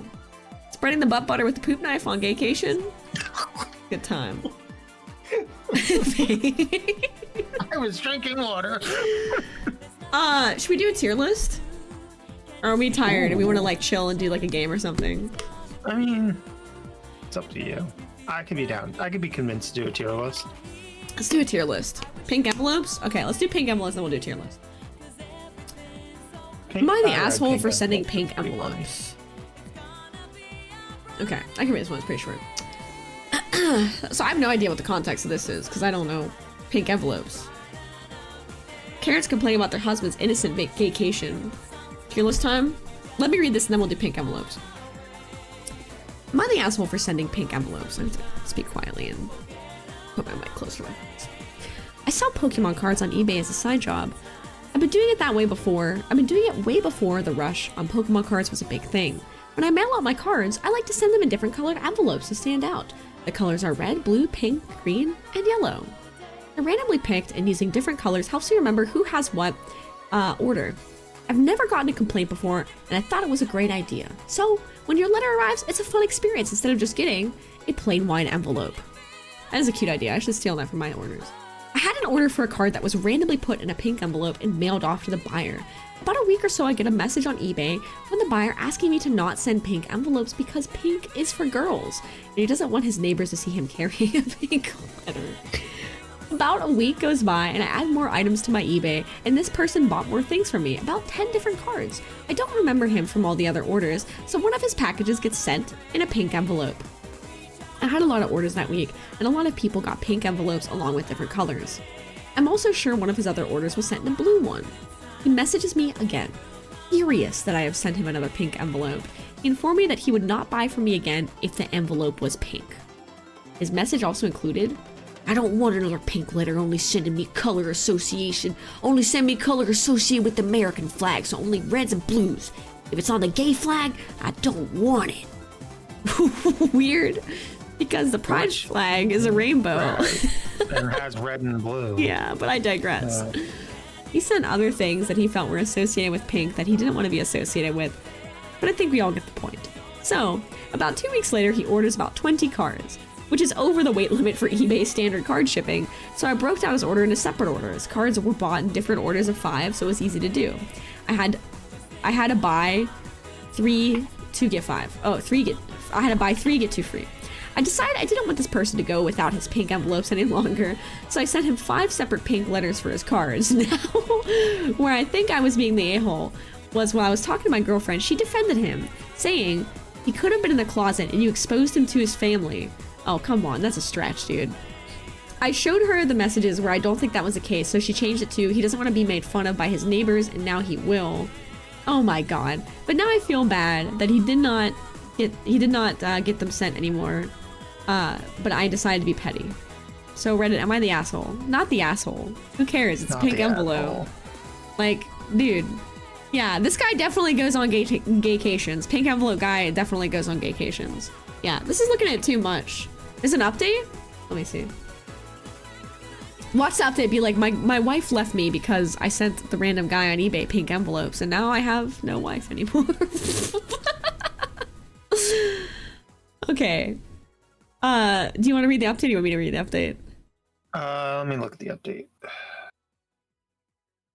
Update. Oh, do we get to take updates? Sorry this update took so long, but what better time than Pride Month?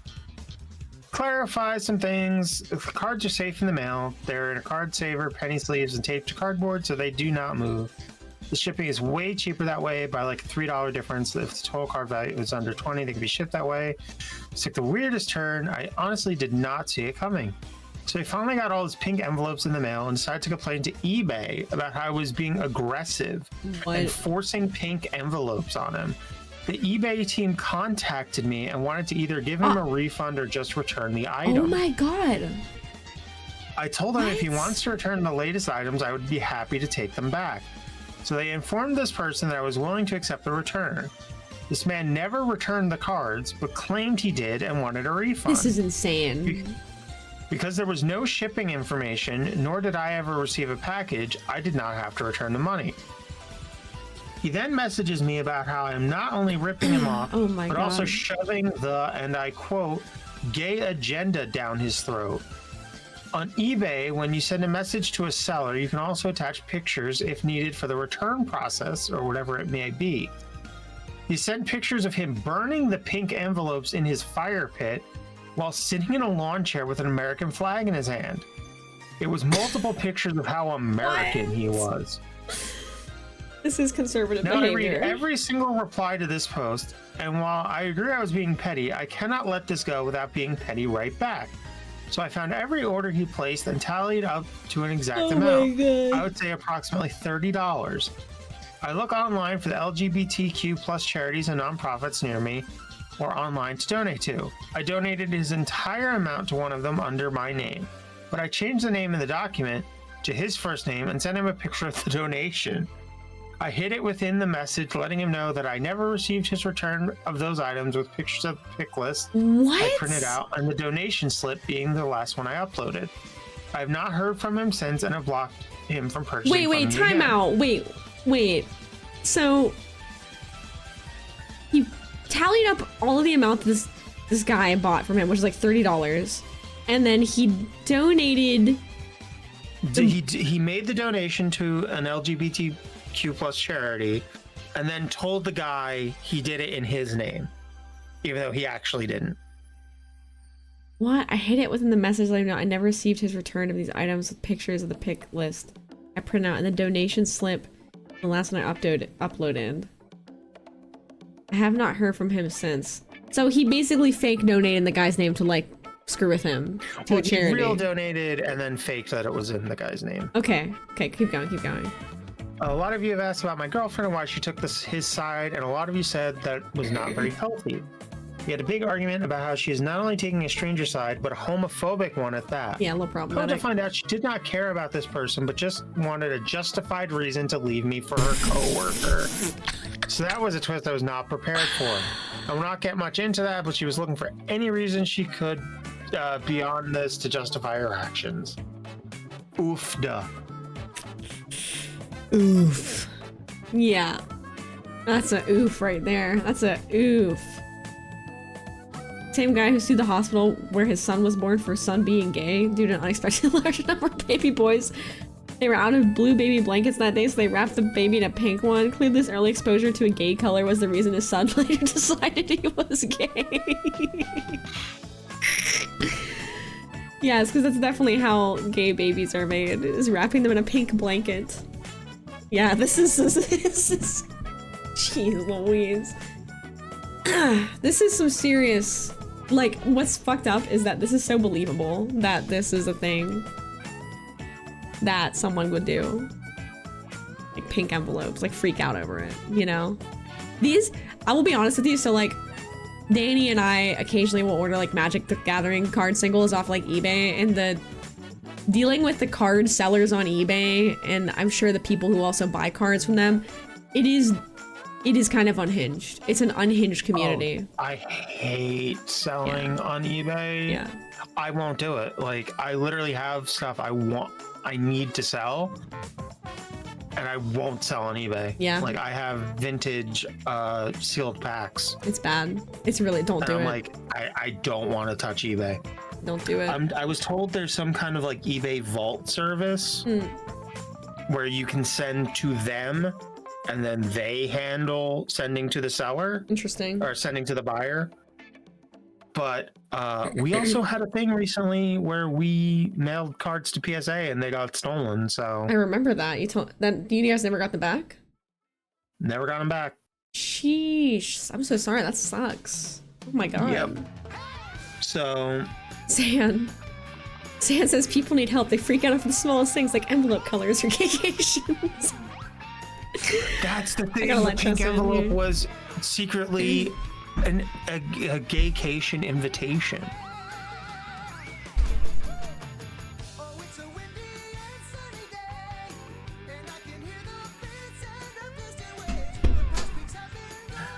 Jezza, oh my gosh. Gotta hang out with me after bedtime. Yeah, it's secretly a gaycation. She's like, don't you send me those damn pink envelopes. And then like someone's gonna see it and be like, is that right there? You got the pink envelope? Got one of them there gaycation? Gaycation I see invite? your pink envelope there. You looking at gaycation? I don't know what you're talking about. Maybe.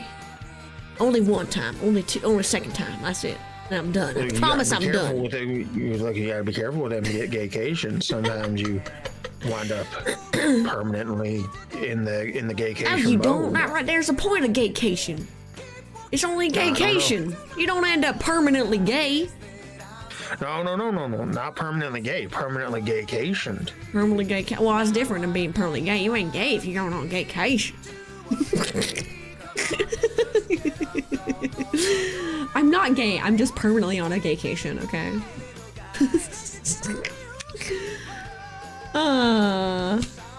Just taking a vacation away from my assigned gender at birth. Wade says, so unfortunately people like that do really exist. I work in a restaurant. A man ordered the tomato soup and had a complete meltdown because it was too pink. Because the server had dyed hair, he knew she was quote-unquote one of them and flipped out about the restaurant pushing the gay agenda on the town. Oh my god. It's actually hilarious because the guy who owns the place is a massive right-wing pain in the ass. That's insane. that's in the restaurant you work in. This is why I want to move somewhere that is not a red-leaning town, guys. This is why I need to get the fuck to wish like I a was blue. not in a red county. Yeah, I've lived my whole life in red counties. It sucks. It sucks really bad. It sucks so bad. Yeah. Easier said than done, Zaf. I think a lot of us would if we could. Yeah. It's a lot easier said than done. Moving out of the States is so hard. But that's at threat of becoming America later. Oh. Red is a dark pink, basically a gay color. Yeah. So is. I mean, red's right there on the pride flag. Yeah, red's right there on the pride flag, so that's basically a gay color. Red's on the pride flag, blue's on the pride flag. Gay color. All they got left is white. But I guess they kind of like it that way. That's also the pride flag. Trans colors. Well, it's not on the rainbow flag. Ah. But yeah. Yeah. I feel like purple air is mostly even split, but the right wingers are so loud and obnoxious. I know, it's so hard to escape from, you guys. And like, this is when Danny and I were on this trip lately. We went to this like really cool city, and it was like really, there's so much culture. It was so cool. It's art galleries and really cool people. And there were people protesting the war, and there was like yarn bombs and people who gave a shit, and there were like ice out stickers everywhere, you know? Like, it was so refreshing to be in a place where people actually care about each other and about the state of like the whole world right now. You know, even if it's in small ways, like seeing like, you know, stickers and seeing other people who like are younger and alternative and forward thinking, and like it's very affirming. Like, I don't know, I feel like living in a red county, I'm sure a lot of y'all who live in red counties like agree. I always feel like I get weird looks from people in red counties, like, and I feel like I look relatively, I don't know, like, besides the fact that I have like asymmetrical hair, and I do have gay pride pins all over my bag, so maybe I do. I guess I forgot that I wear like gay pride pins everywhere I go, but I guess, I don't know, like, I get weird looks from people all the time is my point when I'm like out, you know what I mean? It's weird. I don't tend to get weird looks. Like when I worked at Walmart, like I always had pride pins and you have a Trump statue downtown, Neb? Oh my god, what? Like even like wearing a skirt to work, like I never really got weird looks. Yeah. Or anything. I did, however, twice, and it was the same guy both times, have to help a Nazi at my register. What? The guy legitimately had a swastika on his neck. And Oh! I swear to God, no one else noticed. And I was so like, what the fuck is that? No. Dude. Like, oh my and, like, god. we were busy, so I couldn't like... What? Excuse me.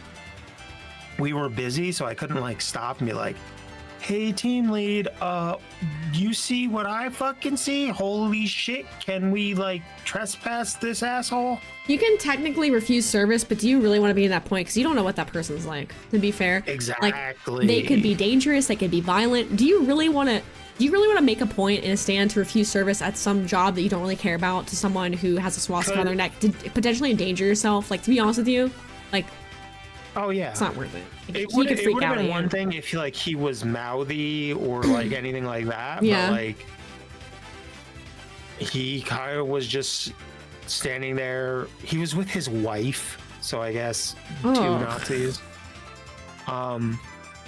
So yeah, it was kind of like one of those. Is like, what in the fuck? How is this a thing right now? That's insane. Yeah. What the hell? Let me scroll up and read some of these things in the chat. She just says, yeah, I'm glad I don't live in the red county as a person of color. Yeah, I would do all I could to leave. Yeah, it sucks to live in the red county. I'm alternative my style, thanks to so I always get looks and I really don't care. Nev says I used to put pride flag bumper stickers in my car, but they get ripped off all the time. Oh my god. I know, I really want to get, ever since we moved here, I wanted to get a pride flag, a big rainbow flag, and put it out front, because all the other flags in the neighborhood are American flags. And there are a few, like MAGA ones that got taken down since I guess the veterans finally got fed up with Trump, which is ridiculous. But I wanted to, and I've been so worried about it though. One of those little, like, you know, you put the little stake in the ground and the flag hangs off of it. Yeah. I have a Progress Pride flag one. That's cute. I bought. Yeah. I put it out by the mailbox, and the homeowner's mom freaked out and made me move it. What? Yeah. She wanted me to move it like by the front door where no one would see it. So I put it somewhere else that's still visible from the street. What? She was like, it's not safe. People might vandalize our cars and stuff. I'm like, there's pride flags on the back of my car. Dude, that's crazy. That's insane. Yourself. But I really felt like telling her, like, hey, when are we moving then? Because obviously, if it's not safe to have a flag here, what the hell are we doing? Everyone besides you who lives in this house. Oh, you told me this. Yeah. Is LGBT. Yeah, you told me that. I remember that. It's the mom. Jeez.